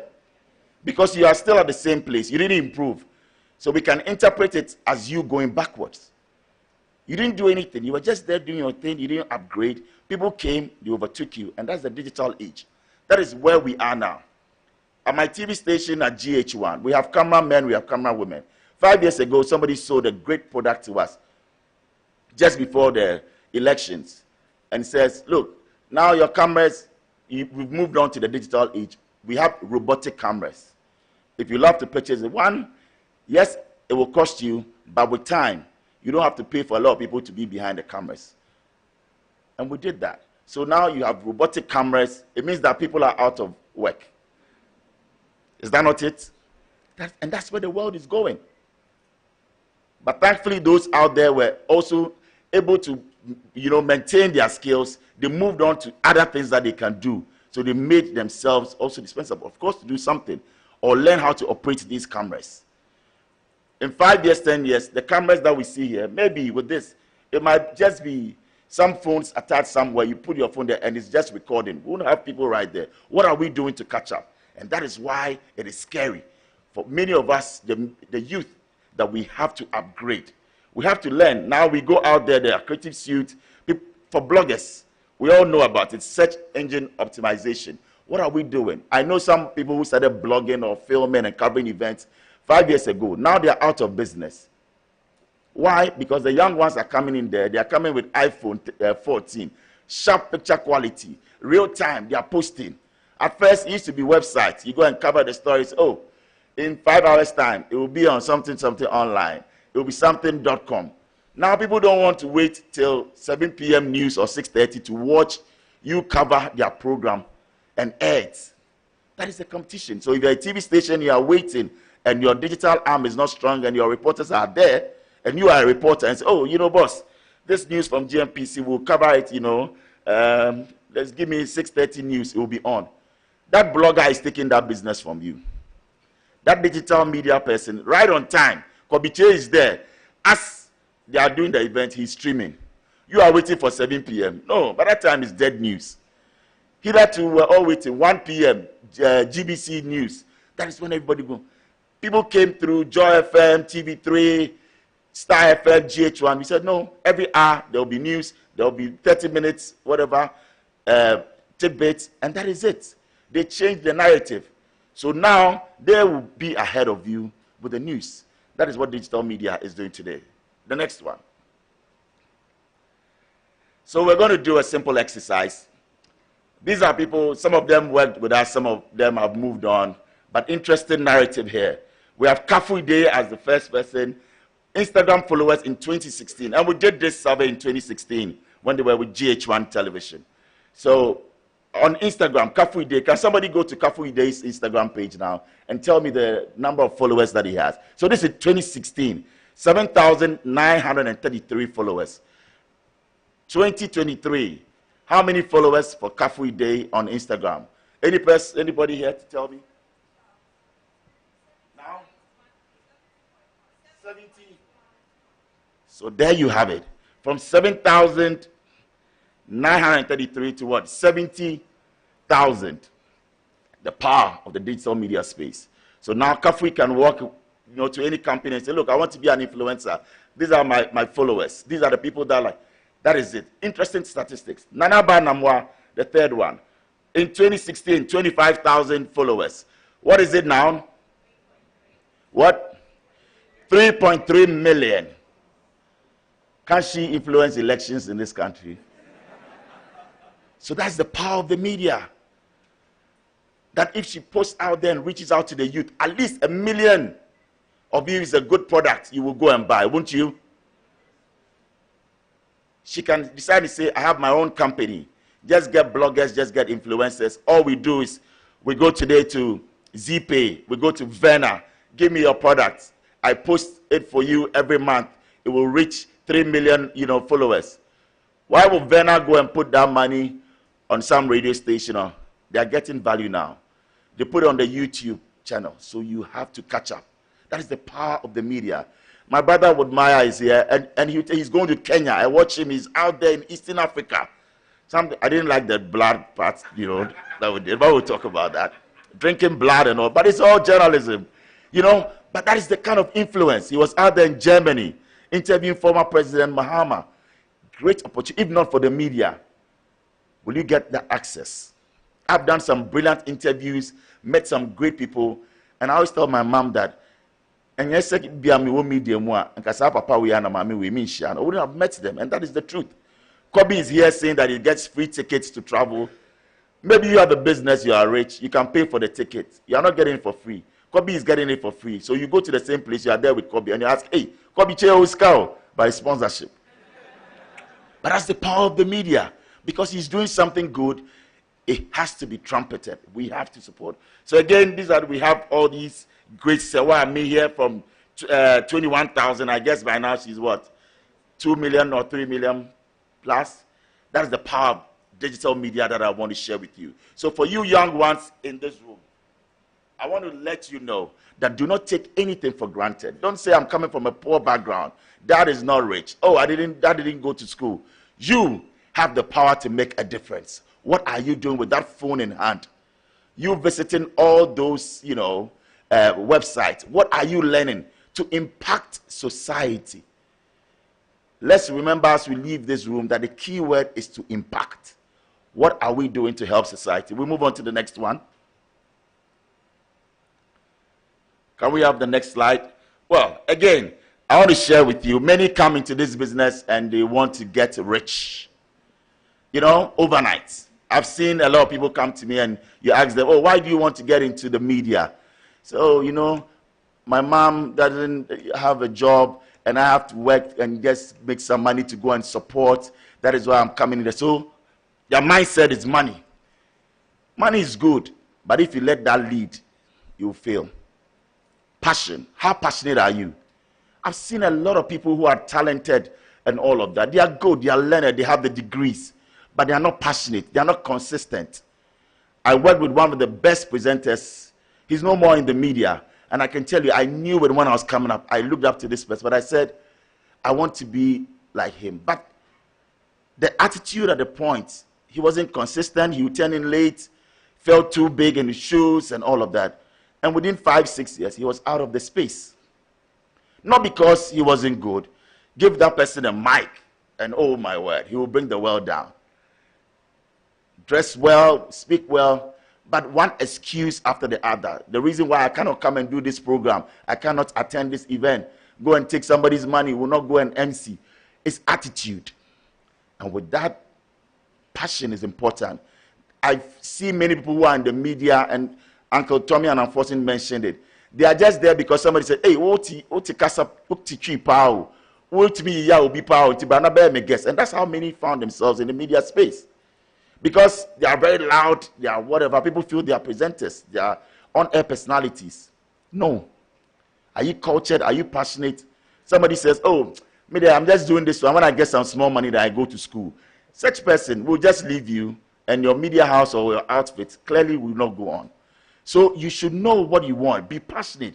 Why are you doing this? I look at Kyei on this stage, and you see, you can tell that he wants to impact. It comes naturally to him. He's not faking it. He's passionate. So the young ones, please, whatever field we choose to be, whether medicine, whether law, banking, let's be passionate about it. I go to certain banks and somebody will tell me, oh, me, I wanted to be a presenter, but my mom says I should go to school and be a banker, so I'm not happy in this bank. And I said, then what are you doing here? It means that person will not serve your need, will not do well. They are sitting there, their mind is radio presenter, so they are not rendering that service. There's somebody in the presenting fields, they know that, oh, I'm just making money a year, I'm off this, so they will not give up their best. Such person, when they are trading insults or bringing somebody down, they don't care. So please, let's be passionate about what we do. Next one. Right. Again, building your personal brand. When they mention your name and they say caveman, what do you stand for? What is the brand? People should know you for something. You mention Portia Gabo's name and you know, oh wow, that is somebody who goes out there for excellence. That's somebody who is reliable. That's somebody who's outstanding in the field. And again, I reiterate what Uncle Tommy said. Be the best version of yourself. I've seen a lot of people. Yes, you want to look like somebody inspires you. It's good to have mentors, but be that person. Be the original. I remember in 2003 when I moved from Top Radio to Joy FM. There was Gabi Ajete, and he was doing the drive time show on Joy.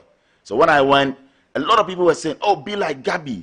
Do this, do that. And I was like, no, I want to be Bolare. I want to be myself. I want to have, so if he plays reggae before starting and at 4:30, he's playing R&B, I want to change. I want to do this. Many didn't understand that. But that is what helped. Gabi is great. He's good. But that is Gabi. Tommy and Unfortunately is good. He's great. That is Tommy. They inspire me. But I am me and you are you. We learn.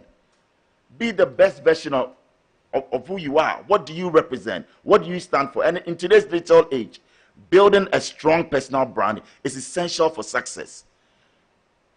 We see many bloggers, maybe their portals go before them. You mentioned that, oh, who is behind this page? Oh, we don't know them, but the page is popular. What brand are you building? Well, maybe that is their own, plan or marketing plan that they want to roll out. But represent your brand. What do you stand for? Are you stylish?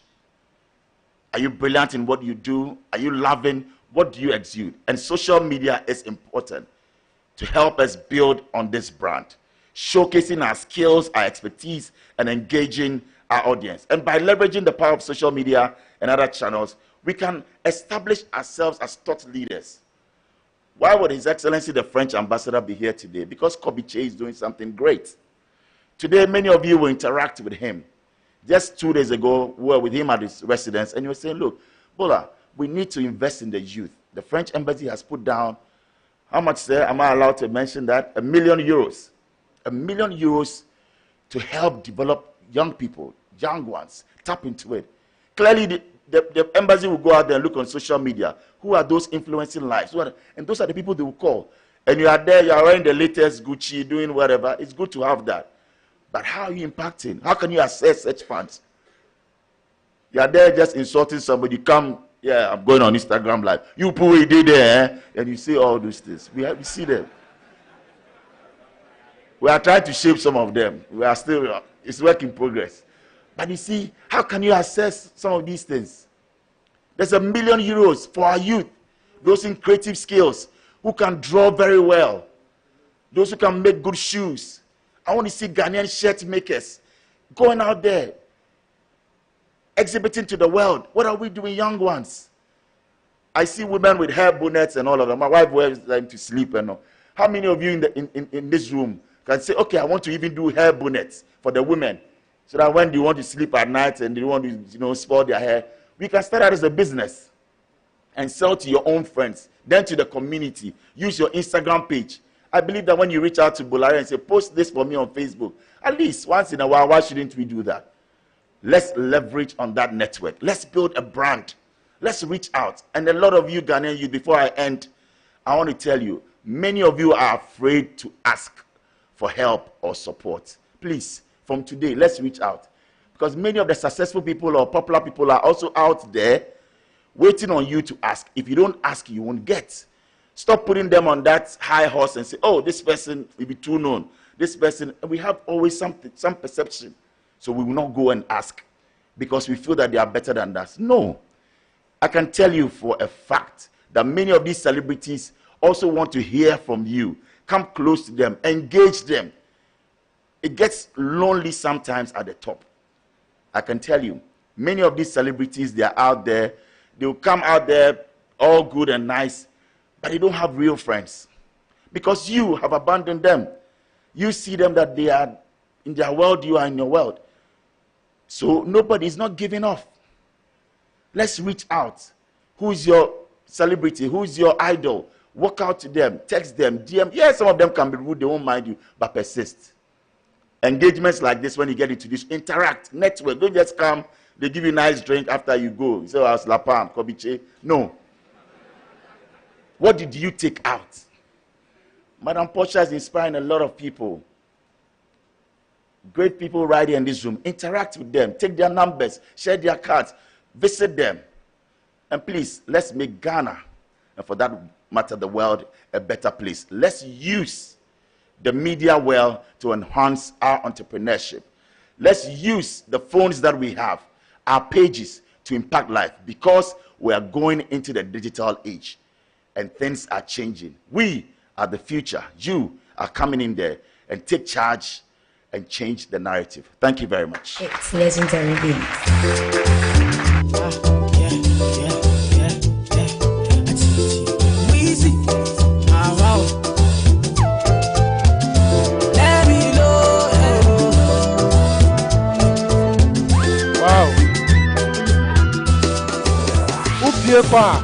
You will miss a lot. A lot of great speakers coming on. DJ Ashman, God bless you so much. Now, in Ghana or in Africa, Woody, in Africa, we try to discourage people from listening to motivational speakers. Motivational speaking, and I'm back as but when you go to the Western world, when you travel abroad, a lot of people are on a tour just to motivate people because they know how powerful the mind is. That is why when you go on your Instagram reels, you see a lot of the speakers. These days, podcasts, 5 steps to fight depression, 5, we'll call YouTuber, 5 steps to fall in love. Haven't we all searched before? It's because we want to feed our mindset. So when we see people coming here, speak to us, don't sit there. Those watching, I am monitoring on YouTube. Don't think that, oh, motivational speaker, no. Yeah, internet, I saw for any quote unquote, because when we say, believe, have faith, the more can. If you don't receive it, it won't happen. So the mind is very powerful. So let's not discourage ourselves when people come to stand and say, do this, handle social media this way. Don't ever think that we are wasting our time. Because to me, when I debut on TV, so One man, na sa de na samba be si utrim say, "Hey, me who ade o TV so." Who be on social media? 3 days later, na say hate say, "Hey, me who ade o social media." A bounce. So that's how the mind works. So be careful what you consume on the internet. Be very careful. The mind is very powerful. We'll play a short commercial, and I want to say a big thank you to everybody that has supported this. My outfits. Fino, God bless you so much. Mommy, come. Ofradio, please clap for my mom.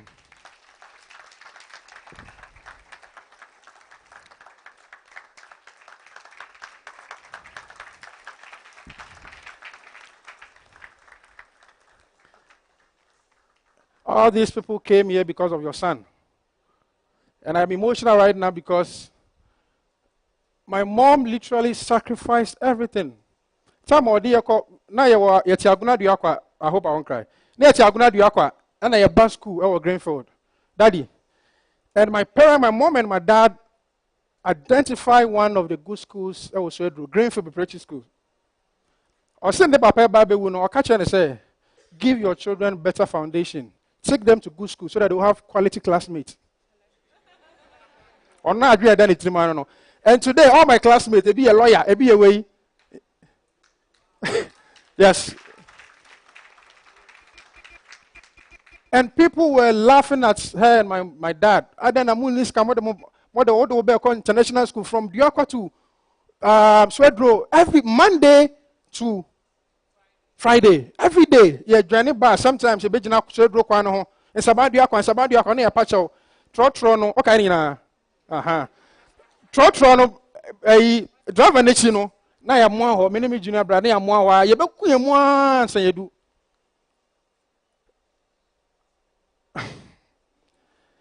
And today, I am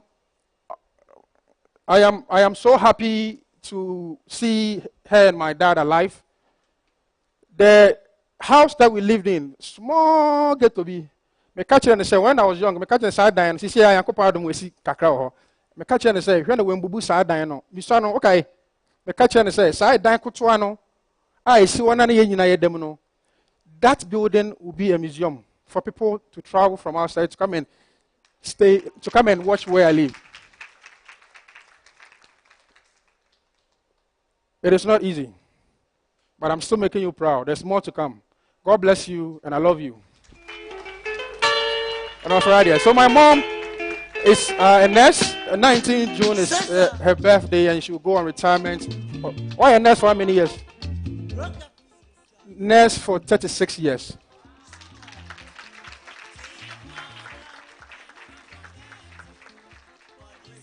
When I told, sorry,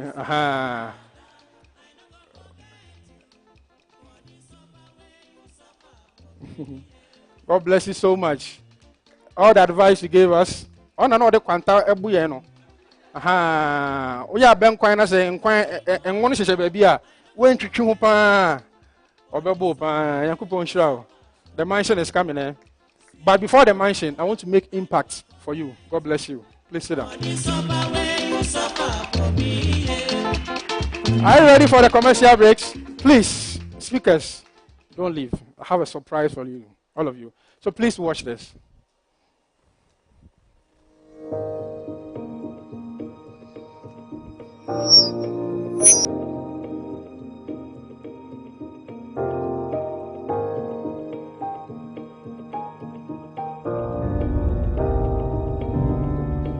Rated as one of the fastest growing manufacturing companies in Africa, Twillium Industry Company Limited has developed over 100 acres of land into an industry landscape to support the industrialization agenda in Ghana. With a tremendous effort of 7 years of operation in the most competitive market in West Africa, led by multinational skillful experts, training hundreds of local employees, providing jobs to over thousands of families.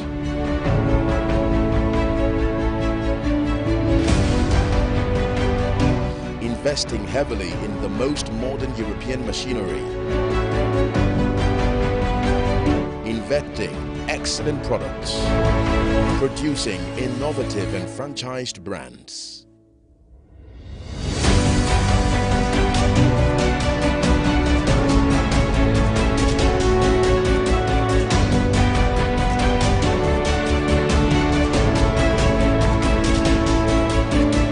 Contributing to the growth of the economy by exporting made in Ghana products to African neighbors.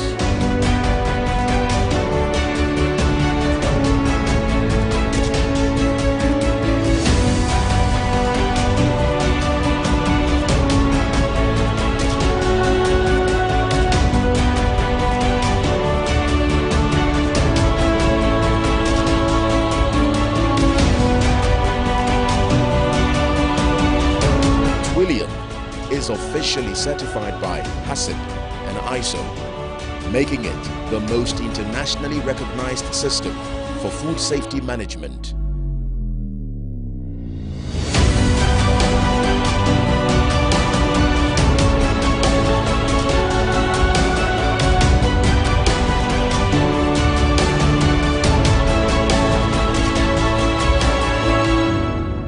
We are Twillium, the pride of Ghanaian industry.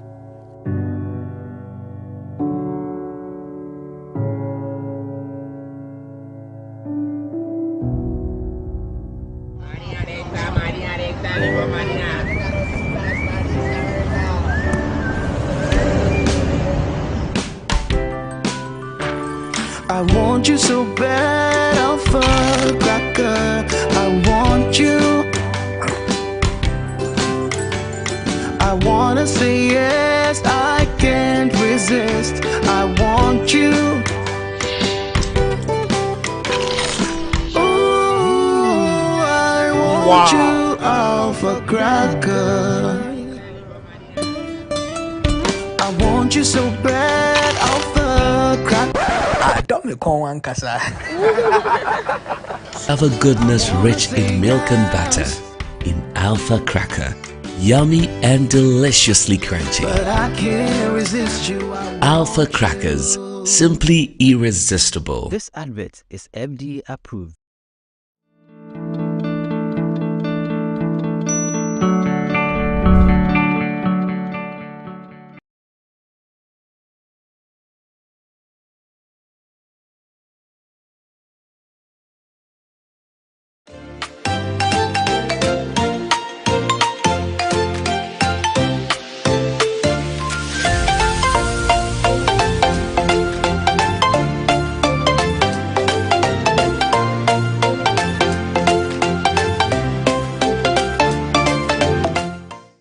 Everyone needs the perfect snack to munch on during a fun moment. Wow. Enjoy the tasty McBerry Twist cupcakes, deliciously baked and packaged for a sweet treat. Premium quality cakes baked with love for all, enriched in butter and milk. Yummy.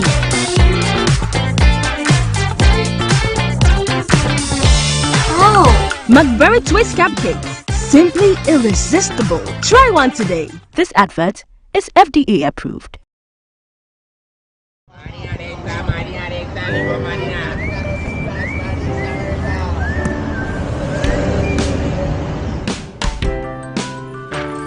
I want you so bad, Alpha Cracker. I want you. I wanna say yes, I can't resist. I want you. Ooh, I want you, Alpha Cracker. I want you so bad, Alpha Cracker. I don't me call one casa. Alpha goodness rich in milk and butter. In Alpha Cracker. Yummy and deliciously crunchy. But I can't resist you. Alpha Crackers. Simply irresistible. This advert is FDA approved.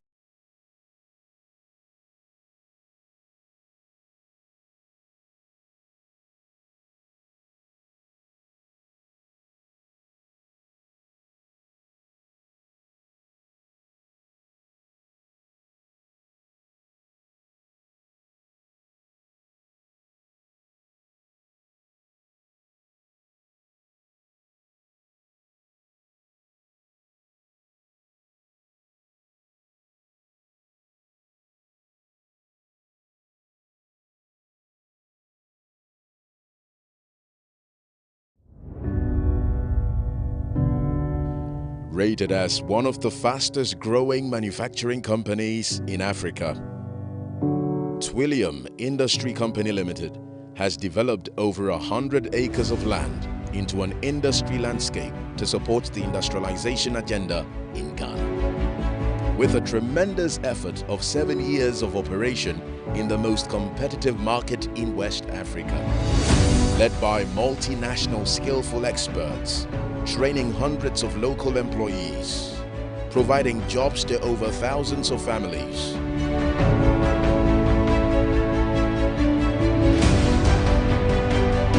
Investing heavily in the most modern European machinery,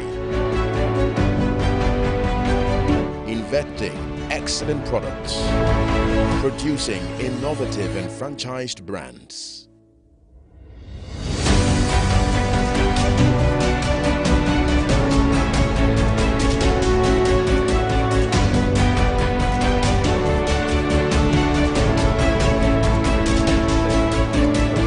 How you can affect change in rural communities. On yeah, but man, clap for him. You will do that. Man. Me shada na what me catch tree. Me sure no leg on west. God bless you. Made in Ghana. Leg on west. Made in Ghana. Nakupon shop. We Sofino in Konim groceries. Nakupon shop. Now, there is something I want all of us here to understand. They say negative sales. How much? Because that's the conversation. Negative sales, and then Uncle Fope, into Momo, that's what the people like. Let's give it to them. That's how you get viewership. I don't believe in that philosophy.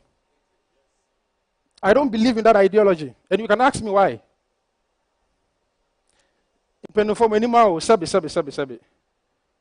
So toilet egua. Now perfume him go. Him for once na beko. Him for once na beko. Ombako baby and count on. Into the be a noise and say, "One noise." Obako na hobon, but baby will him no be a besobako. That's where the quality is. So don't always mistake the noise as the quality. People ask me, Charlie, sometimes they post something good, there's no views, I trust the process. I follow my pace. Because success is when I was standing at Aguna Diakwa, idle, coming to Accra, traveling abroad, gathering all of you here. That is success for me. So don't be discouraged when you post and you don't get views and likes. The social currency where people are eager for likes. There are times when I can relate. Those days when I post and I get 2 likes, I can delete because I feel that it is a shame. But when you click on your insight, guess what? There are people, thousands of people who have seen it, but they've not liked. So don't let that deceive you that it has not reached people. That is why insight will tell you that it has reached 2,000 people. You don't control when and how people should click on the like button. You don't control that. There are times when we all see nice content, but we smile. Sometimes we even forget to click on the like button. We go and come back again, then we like. Don't be the like and the comment be the yardstick of your progress. Am I talking to somebody? You are not getting retweets. You are not getting likes. I don't care whether I get retweets. There's somebody out there who don't like the noise. Especially these amazing people sitting here who always support Kobby because they believe in the quality, not the quantity. My next guest, ladies and gentlemen, I love how he's used social media to promote his business. Ghanaian company. You see him trending all the time, making sure that the heritage of Ghana and Africa, it is on his heart. Ladies and gentlemen, I'm happy to have the man, Anthony, CEO of Caveman Watches. Please clap for him.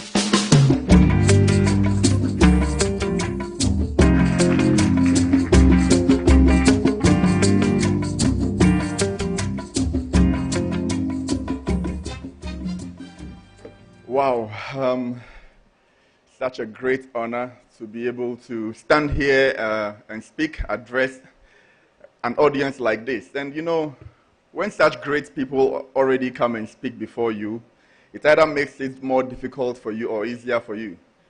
But I choose to make it easier for me because I'll follow in their footsteps. On that note, I would like to thank 3 people. But in this case, let me just thank three in one person, the Lord God Almighty, the Father, the Son, and the Holy Spirit. That's three in one, just to summarize it. You know, when I started my business, I didn't think that one day I'll be here talking to people like this or making watches for presidents and people like Bolare and others. I just wanted to survive, make some money, buy my gobe, and find somewhere to sleep. But here I am today, and then it hadn't been a passion for me to talk, to want to create an impact. But one day I was in a restaurant. There was a lady by the door who ushered me in, the people who man the doors at the restaurant. So when I sat down to eat, I was just there about 2 hours, and I realized that after me, nobody had actually walked into the restaurant, and the lady was just standing there. I was watching her the whole time. A very young girl, should be probably early 20s, and I watched and wondered how and why somebody in such a prime moment of their lives could stand by a door for 2 hours and do nothing. When I started to know the value of time, what 2 hours meant for somebody in their prime, where they have the most energy to make the most out of their life, was standing by a door. And then I made a research on that and found out how much these people were being paid, and it really did a lot to me. I posted about that on social media, and somebody, you know, notified me that it's not because some people are lazy. The youth are not lazy. I like the youth like to hear that. The Ghanaian youth is not lazy. It's not because they are lazy, but some don't know what to do. And if there are people who have managed to reach a certain level, it's sort of our responsibility to not mock these people or call them lazy, but to try and help them. Because most of us started from scratch, from hawking watches at car parks to where we are now. And it is my responsibility to the universe, to nature, to also impact somebody. So when I hear anything about impact, I'm usually very, very happy about it.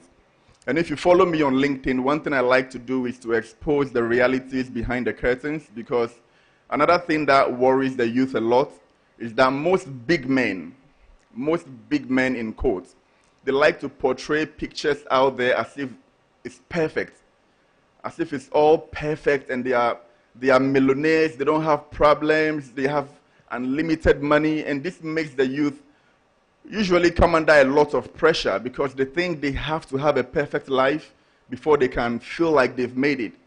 And I find that very problematic. So I like to expose what happens behind the curtains. And when you see big men, sometimes you think they have money, but they don't have money. There are different things that these big men can offer you. If you make the mistake of seeking the wrong things from them, you can easily lose them. And it's very important to have a network, have mentors. There are people who cannot give you cash. For example, when I had the privilege to get to know Bolare through somebody, imagine just like what the youth do with so much expectations and, what's the word, sense of entitlement. If I had approached Bolare to ask him for money, he probably has a lot of people asking him for money. So when I become one of those people, I easily become a call that he would not even pick. People like Bolare, they have more problems than you have. So they don't want you to become another one of their problems, asking them for money. So there are people you shouldn't ask money from, but you should rather tap into something else that they have. So when I approach such people, my angle is always that I don't need money from you. I need something more than money from you, which is to have the privilege of you opening your doors to me, to come to you for guidance. And I can tell you for a fact that the guidance that I've gotten from such people is way more than any amount of money they would have given me. Anytime I had confusions in my business life, I would call on such people and seek their opinion. What should I do? Is it wise to do this? And you should trust such people when they tell you, don't do this and don't do that. They are not perfect, but they have seen a lot. And as youth, we should be able to have such people in our circles to fall on them for advice. And that has been one of my key strategies.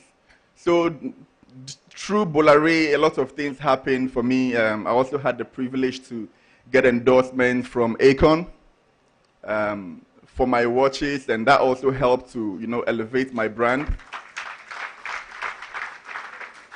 And then for those people who don't really know exactly what I do, I can boastfully say that there is nowhere in the entire world when we come to the wristwatch industry where you can watch into a premium watch shop and then design one watch for yourself and have it made for you within 3 or 4 days. There is nowhere in the world, nobody does that. And I would like to show you a little bit about how that process happens. Who plays the videos? This is a video we made for a watch for Asamoah to show how the process of making watches locally for you, bespoke watches, goes. 30 seconds video.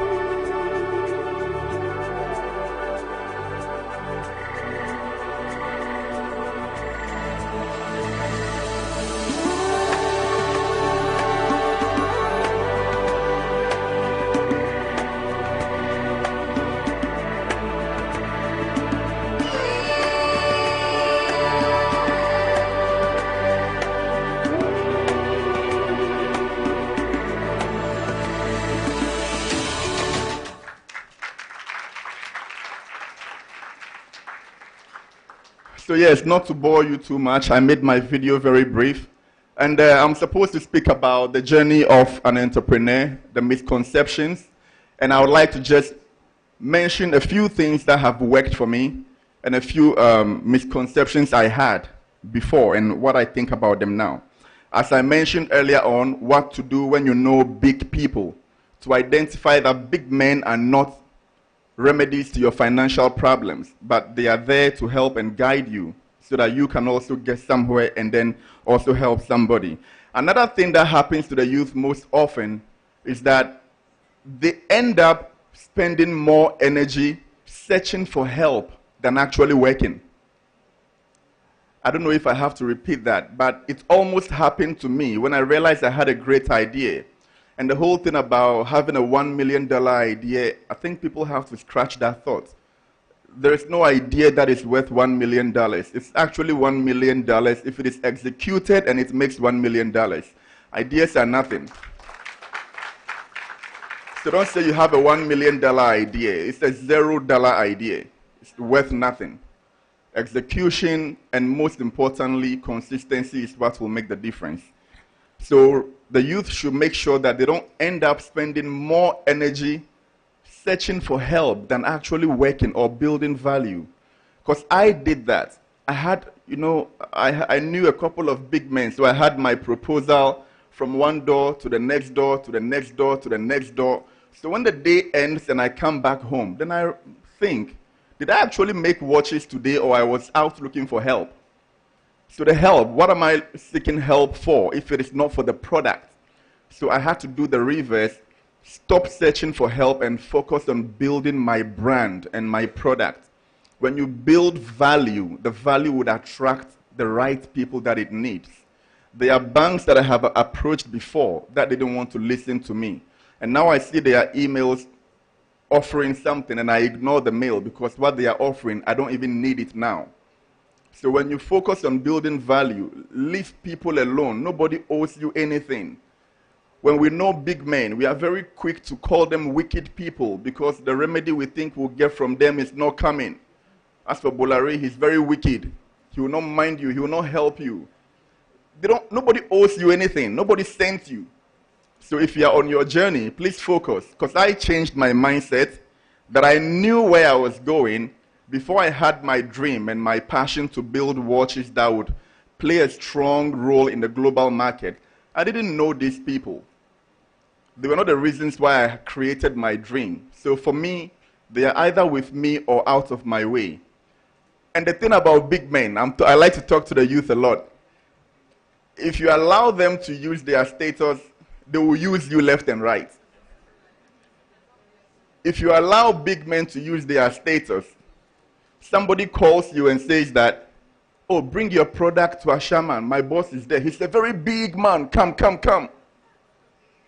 You will spend your whole day going to a shaman to go and make some money and ignore the people who are not big men but who would actually buy your product. So don't let these people use their names to toss you around. Because I can tell you for a fact that the places where I searched help, I was seeking help without creating a valuable product first, and I never got the help. But after I built a valuable product, I got the help. And help that would actually come to you, or your destiny helper, as people like to call it, they won't stress you. The people who say, oh, let me see what I can do, call me tomorrow, they won't pick your calls. But the right people who the universe will direct to help you, it doesn't come with any stress at all. So some of the principles that I went by, setting my goals, and when it comes to setting of goals, there's something deeper that I found. If I set a target for myself, I moved my priority from just achieving the target to being concerned about the human that I am becoming while chasing that goal. I don't know if you get the difference. And I became more concerned about the human that I was becoming while searching for my goals. If you want to build a top-level company, you can never instill values in a company that you don't have in yourself as the founder. So you need to look at yourself, build value in yourself. If you are somebody who is kind-hearted, you will be generous and kind to your customers. You can never be a crooked person and create a prestigious or rightful company. So you can't instill the values that you don't have in yourself into a company. So that's one of the things that I added to my principles. And another thing was that if you believe in your journey, you believe in the universe. A lot of things that came to me as no, no. Anywhere I went and I failed and I got no, I decided to view what I used to call rejections as redirections. So every time I encountered rejections, I took the alternative. And I can proudly say that 100%, every time I got redirected to things that were meant for me. And I actually sit and wonder, wow, so what if this person had said yes and given me that thing? I would have been messed up by now. So I am a strong believer in the universe and for the fact that if your intentions are clean and pure, the universe will never betray you. So when a no comes to you, don't let it break you down. They are usually redirections to something else. So that way you can condition your mind to not let these rejections crush you down. Another thing you should also take very seriously is adding value to yourself. When I started, I just sold a watch. I used to work at the airport for a hotel where I stand and hold a placard for the hotel, looking for customers for the hotel. So they send my food in a takeaway pack. I find where cars are parked to squat and eat. And I was doing that for a hotel for some time. And I was earning 500 cedis. That's at 2015. I was the least paid person in the company. I didn't even know what entrepreneurship was. Until one day, I was going to work, I bought a book for the first time that I bought a book. I never even really liked reading. So I was reading this book called Business Secrets from the Bible. And then, you know, I was getting this wind of confidence and I had an urge to try something.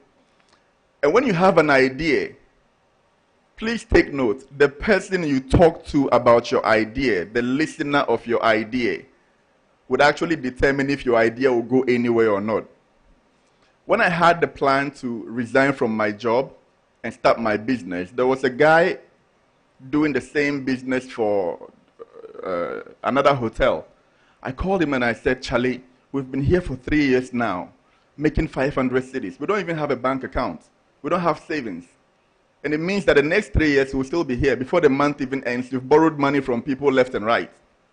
But I had a dream to be financially stable, not rich, to be financially stable by 30 years.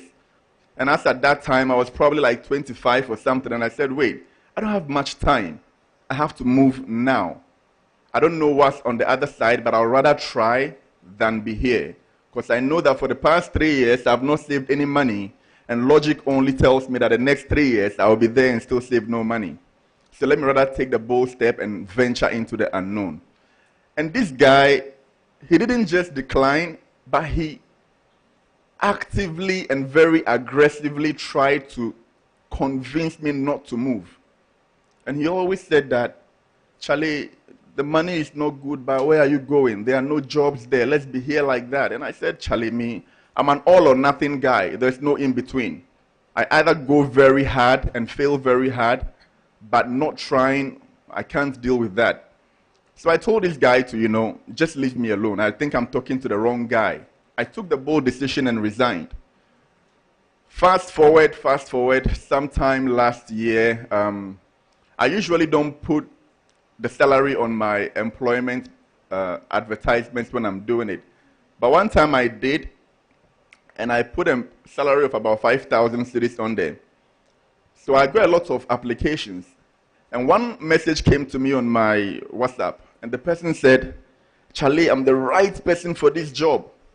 Not just because I know you, but because I am the right person for the job. I went to check the DP, and it was the same friend who aggressively tried to stop me from moving. I actually had goosebumps. I stood there and I watched and watched. I couldn't even find the words to reply him.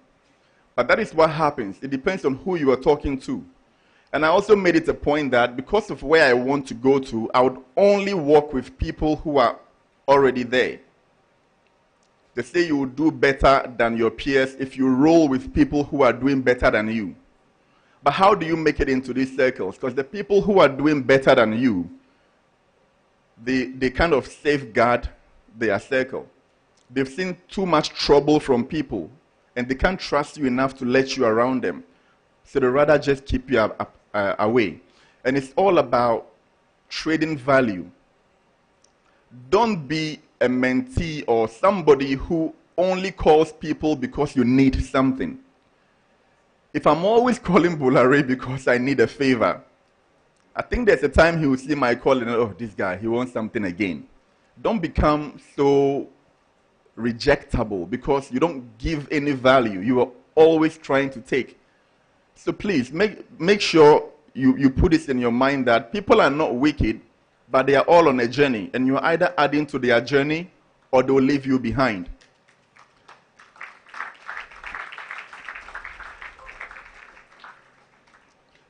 When people like Kobby calls me, I could ignore a lot of calls, but when I see his call, I think it's something important.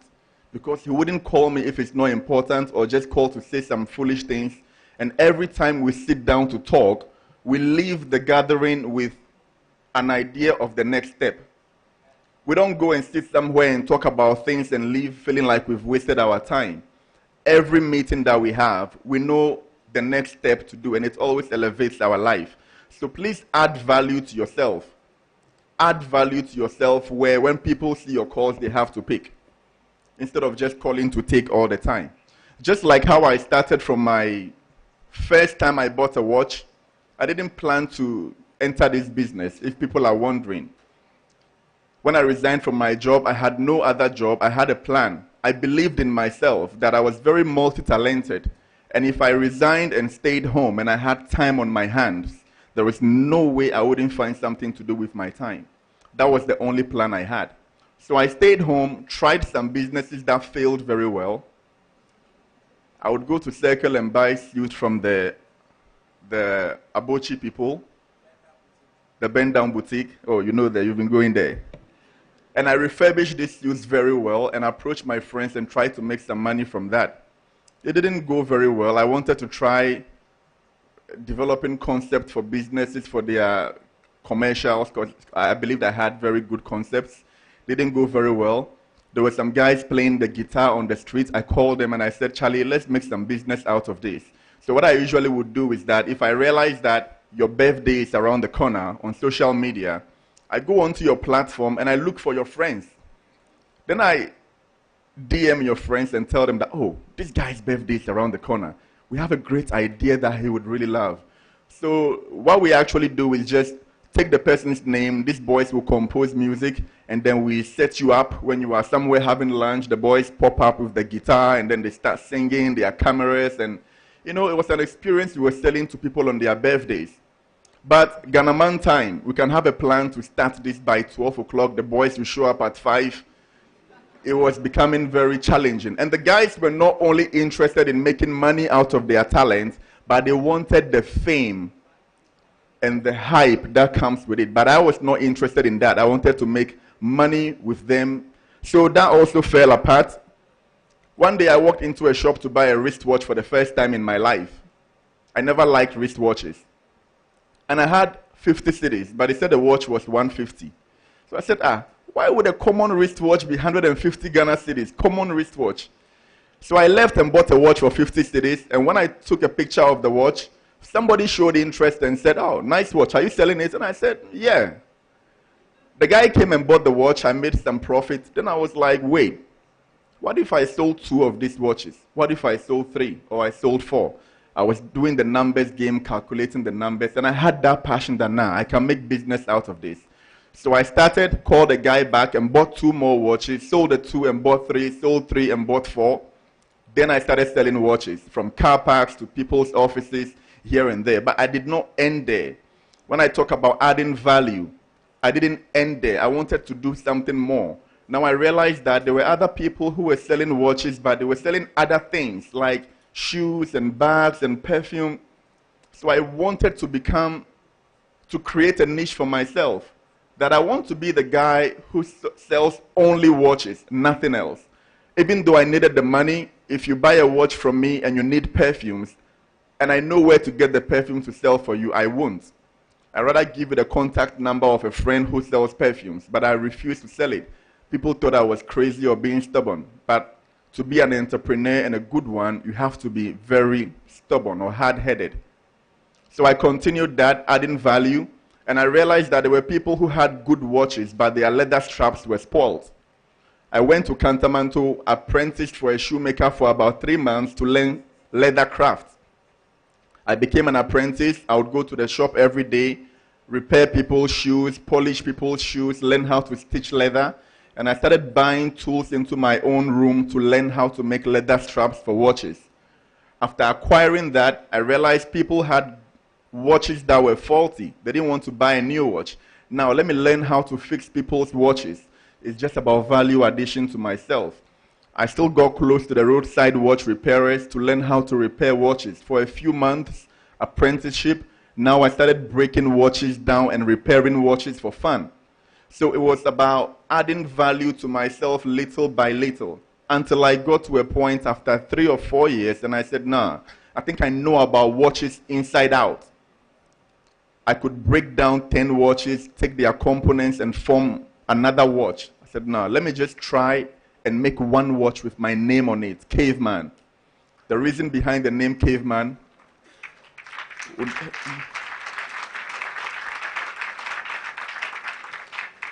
so value addition. If you don't have value to trade, you cannot enter some circles. It's not about just worrying people for help. What value do you carry?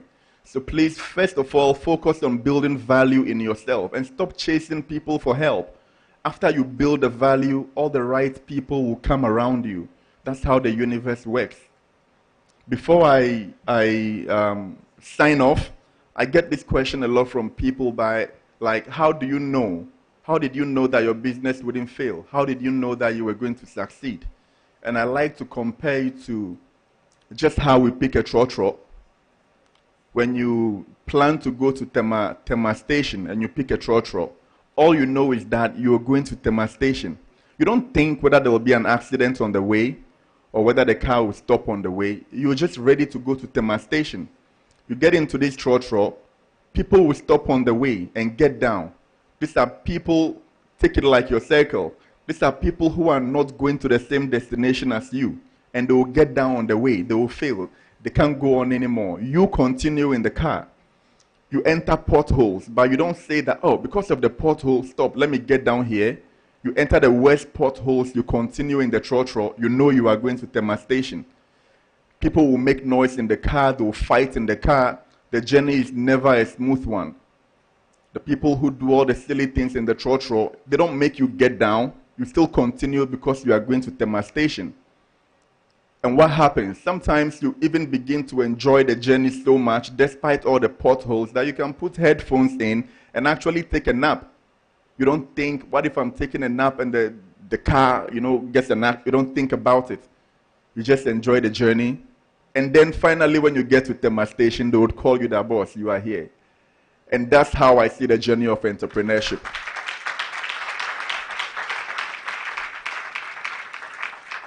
So my last thing I'll say before I leave, I always like to tell people that when you have a generational mindset, there are watch companies in the world that started like 300 years ago. The people who started the companies are not alive to see where the companies are now. They're not even alive to see the apex of the companies. I don't think I should be alive to see the apex of my company. I just want to be the one to set the ball rolling, set structures in place, so that when the company gets to where it does, I'll be somewhere smiling that I set the ball rolling. So please, when you start a business, have a generational mindset and know that you are not supposed to see the apex of it. Just start and have that mindset to build something for the generations to follow. And don't be in a rush to look rich. This happens too much. We see people, you allow the philanthropists and social media business people to give you pressure. Somebody is flying in a private jet, you start feeling like a failure. You also want to do that. Just be focused on your generational goal, and then eventually you would get there. But I can confidently say that when I started my business years ago, I had no money at all, but I had a lot of time on my hands. But now, after so much dedication, so much hard work, and all the troubles that I have been through, I can very confidently tell you that I have no time on my hands now, and I still have no money. Thank you very much.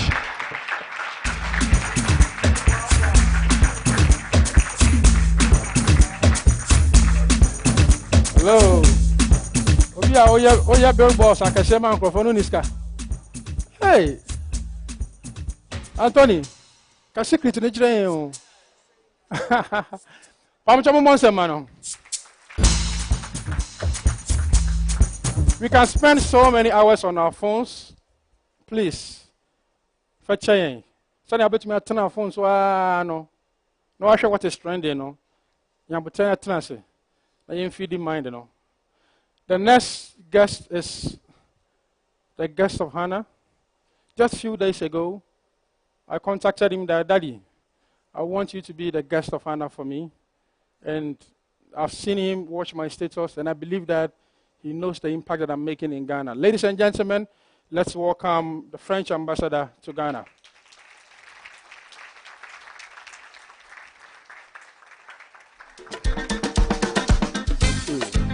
God bless you. Thank you.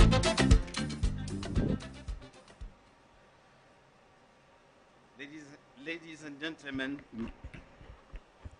good evening, ladies and gentlemen, especially the journalist community. And where is your mom and your dad? Can I see mom is there and dad is there? My first word, if you allow me, Kobby, will be for your parents. I first of all want to thank you to be his father and his mother. Because even if I'm new in this country, you can see like the way I dress, I'm French and proudly African. I'm West African. And I know the value for you parents, the value of the kids, the children, to grow them, to make them something better than you, what you were or what you are, especially in West Africa. My grandparents were Beninese, so it's not so far from Ghana, so it's why I feel I used to say to Gola that in Accra, I feel like at home. So I know the value, the kids, the children, for the parent they have. So, thank you to be the parent, to share him a few with us, because you have someone. Where is he? He's hiding. Because I want him to be not far from me when I'm saying that. Today, and in the forthcoming months and year, it will be his classmates who will be very proud of him. Yes, I was saying that you were talking about sometimes very useful to have good classmates, impactful classmates. I know why is it. I was also a classmate with Emmanuel Macron. We were at school together, so that could be very useful sometimes. But I was saying that in already today, but in the forthcoming months and year, these classmates, they will be very proud of you. I don't want to be too long, but there are some events I cannot miss for any good reasons. When Kobby sent me a message, I was in France when I received your first invitation. And I talked to my PA, very serious ladies, who say, okay, we cannot make it happen because you will see this minister in the morning, the another one this afternoon in less than 30 minutes. But I'm so happy and glad to be with you. Because the issue we were talking about, I don't want to repeat what Bola, Anthony, it's Anthony, nice to meet you, Anthony, yourself, you have already said. You are the best advisor for these young people, young generation, our sisters and brothers, to be not only respectful, to respect each other, to be committed, to respect life. Money maybe sometimes is useful, but money cannot be the only one goal to achieve in life. So you share with them all this good advice. So my first invitation is once again to invite you to listen to them and to follow their advice. The theme you choose this year for this Shine Summit, when I received and took time to read the progressive portrayal of media, technology, transformation, advancement, brand sustainability, I asked myself, they are so smart. That is very deep. That is very important because they are so, that's very relevant. Bola talked about very well because all this, apart from be yourself, to work hard, to believe in what you are doing, is strongly linked to business, how to create your own activities, to be creative, to be imaginative. But beyond that, there are also, and Bola talked about, how to make the difference thanks to the technology. And at this stage, I would like to share with you something I strongly believe as an African, but also as ambassador of France. 6 years ago, we were with Emmanuel Macron in Ouagadougou. It was his first trip in Africa. He did his diplomatic training in Nigeria in 2003, but he's not an African like you and me. Even if now he knows the African continent, he loves the African continent, and one of the priorities of the French diplomacy is Africa, not just to be kind with the Africans, but to co-construct with the Africans.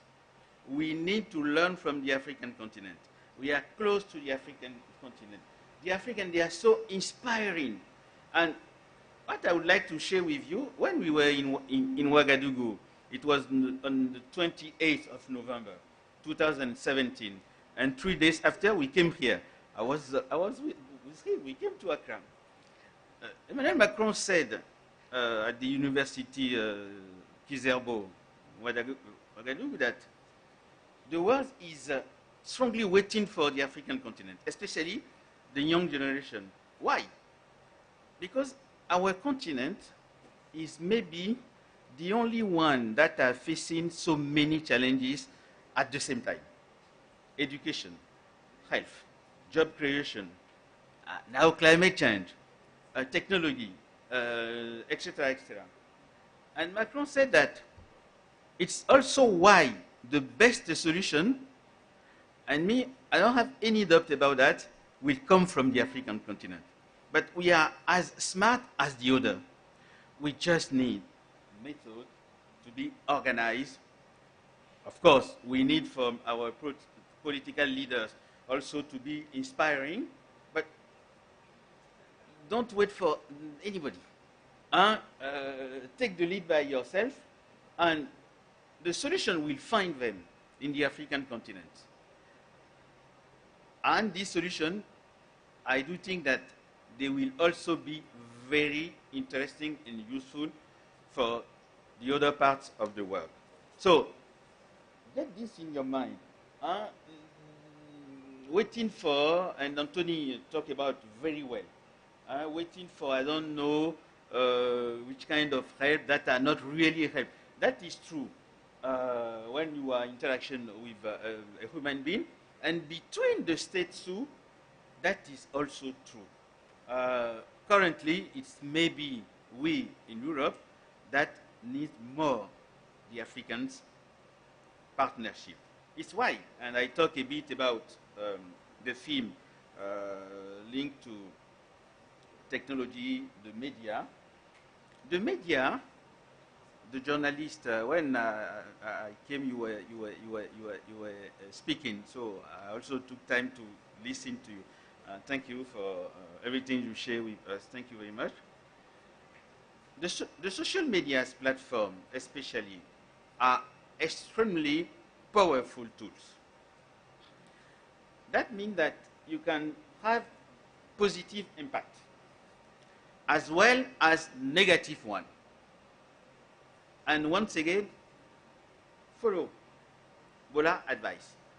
Don't just to be strong, to appear like I don't know what, to not respect the government, the minister, your competitor. At the end of the day, will not gain anything. So you have in your arms a very strong power, but use this to be creative. Use this to be positive. Use this to be inspiring for you, your community, your family, and your country.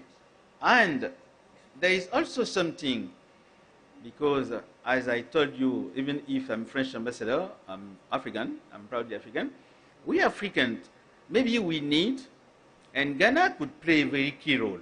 There are many areas. Since I've been living here, but I knew your country before, of course. You can play a key role. This social media platform, Ghana could be in West Africa, but beyond. Before coming here as ambassador of France, I was ambassador of France to Uganda. And I did my diplomatic training in South Africa. So I know a bit the continent. In addition, I prepare all the African visits of Emmanuel Macron. So I learn from my sister and brothers, because we also need to learn from them. The way you are going so fast in this kind of issue, it's also to us, especially France. We are ready. We are not a lesson giver. We are not there. We learn from our past. We did good things. Sometimes we did bad things. And now it's time to sit down, to listen to each other, to be creative, add values, and how to share it. So Ghana could be one of the leaders in this kind of issue and business. Because at the end of the day, what you are doing, apart from business, etc., is also to let us know and understand the world, our world, its reality, and how it's going on, good or bad. And that is very, very important. I don't want to take too much example to illustrate, because I have to go to meet one of your ministers, but I spend the necessary time with you, and when I meet him, I apologize. I just want to take some few examples. Every day, some of you, we know you very well. They work with the French embassy since a decade. And I really want us to scale up. Bola gave one example of the FAEC, 1 million. It's not 1 million to study to do the NIM, as we used to say in France, studies to know about the ecosystem. We know the ecosystem. We just need to push those who want to be creative, to create their activities, to create jobs, and to live from their talent. So you must welcome. The embassy is open to you, and myself, some of you know me, even if I'm a diplomat, I'm someone very direct. We don't have time to beat about the bush. So you must welcome. And Bola, but because Bola is a very busy man, you know the way, come.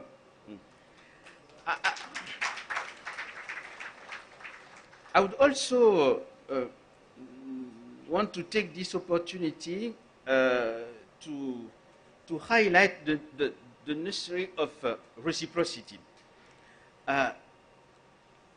We cannot build a partnership in the middle and long term without respect, equality, and reciprocity. The respect, we cannot decrete it. We need to, it's like when you love someone, she or he is waiting for you to see who you are in reality. The new partnership, France and all the African countries, we really want to build is to find the ways to create together after talking to each other. And I think that this social media, the journalist training, skilling, could be one of the good examples here in Ghana. Someone like you were in France. No, but you must welcome anytime. I would like you to, with Bola and others, to organize the ecosystem, to also propose us how to improve. Me, I don't want the foreigner to come to Ghana.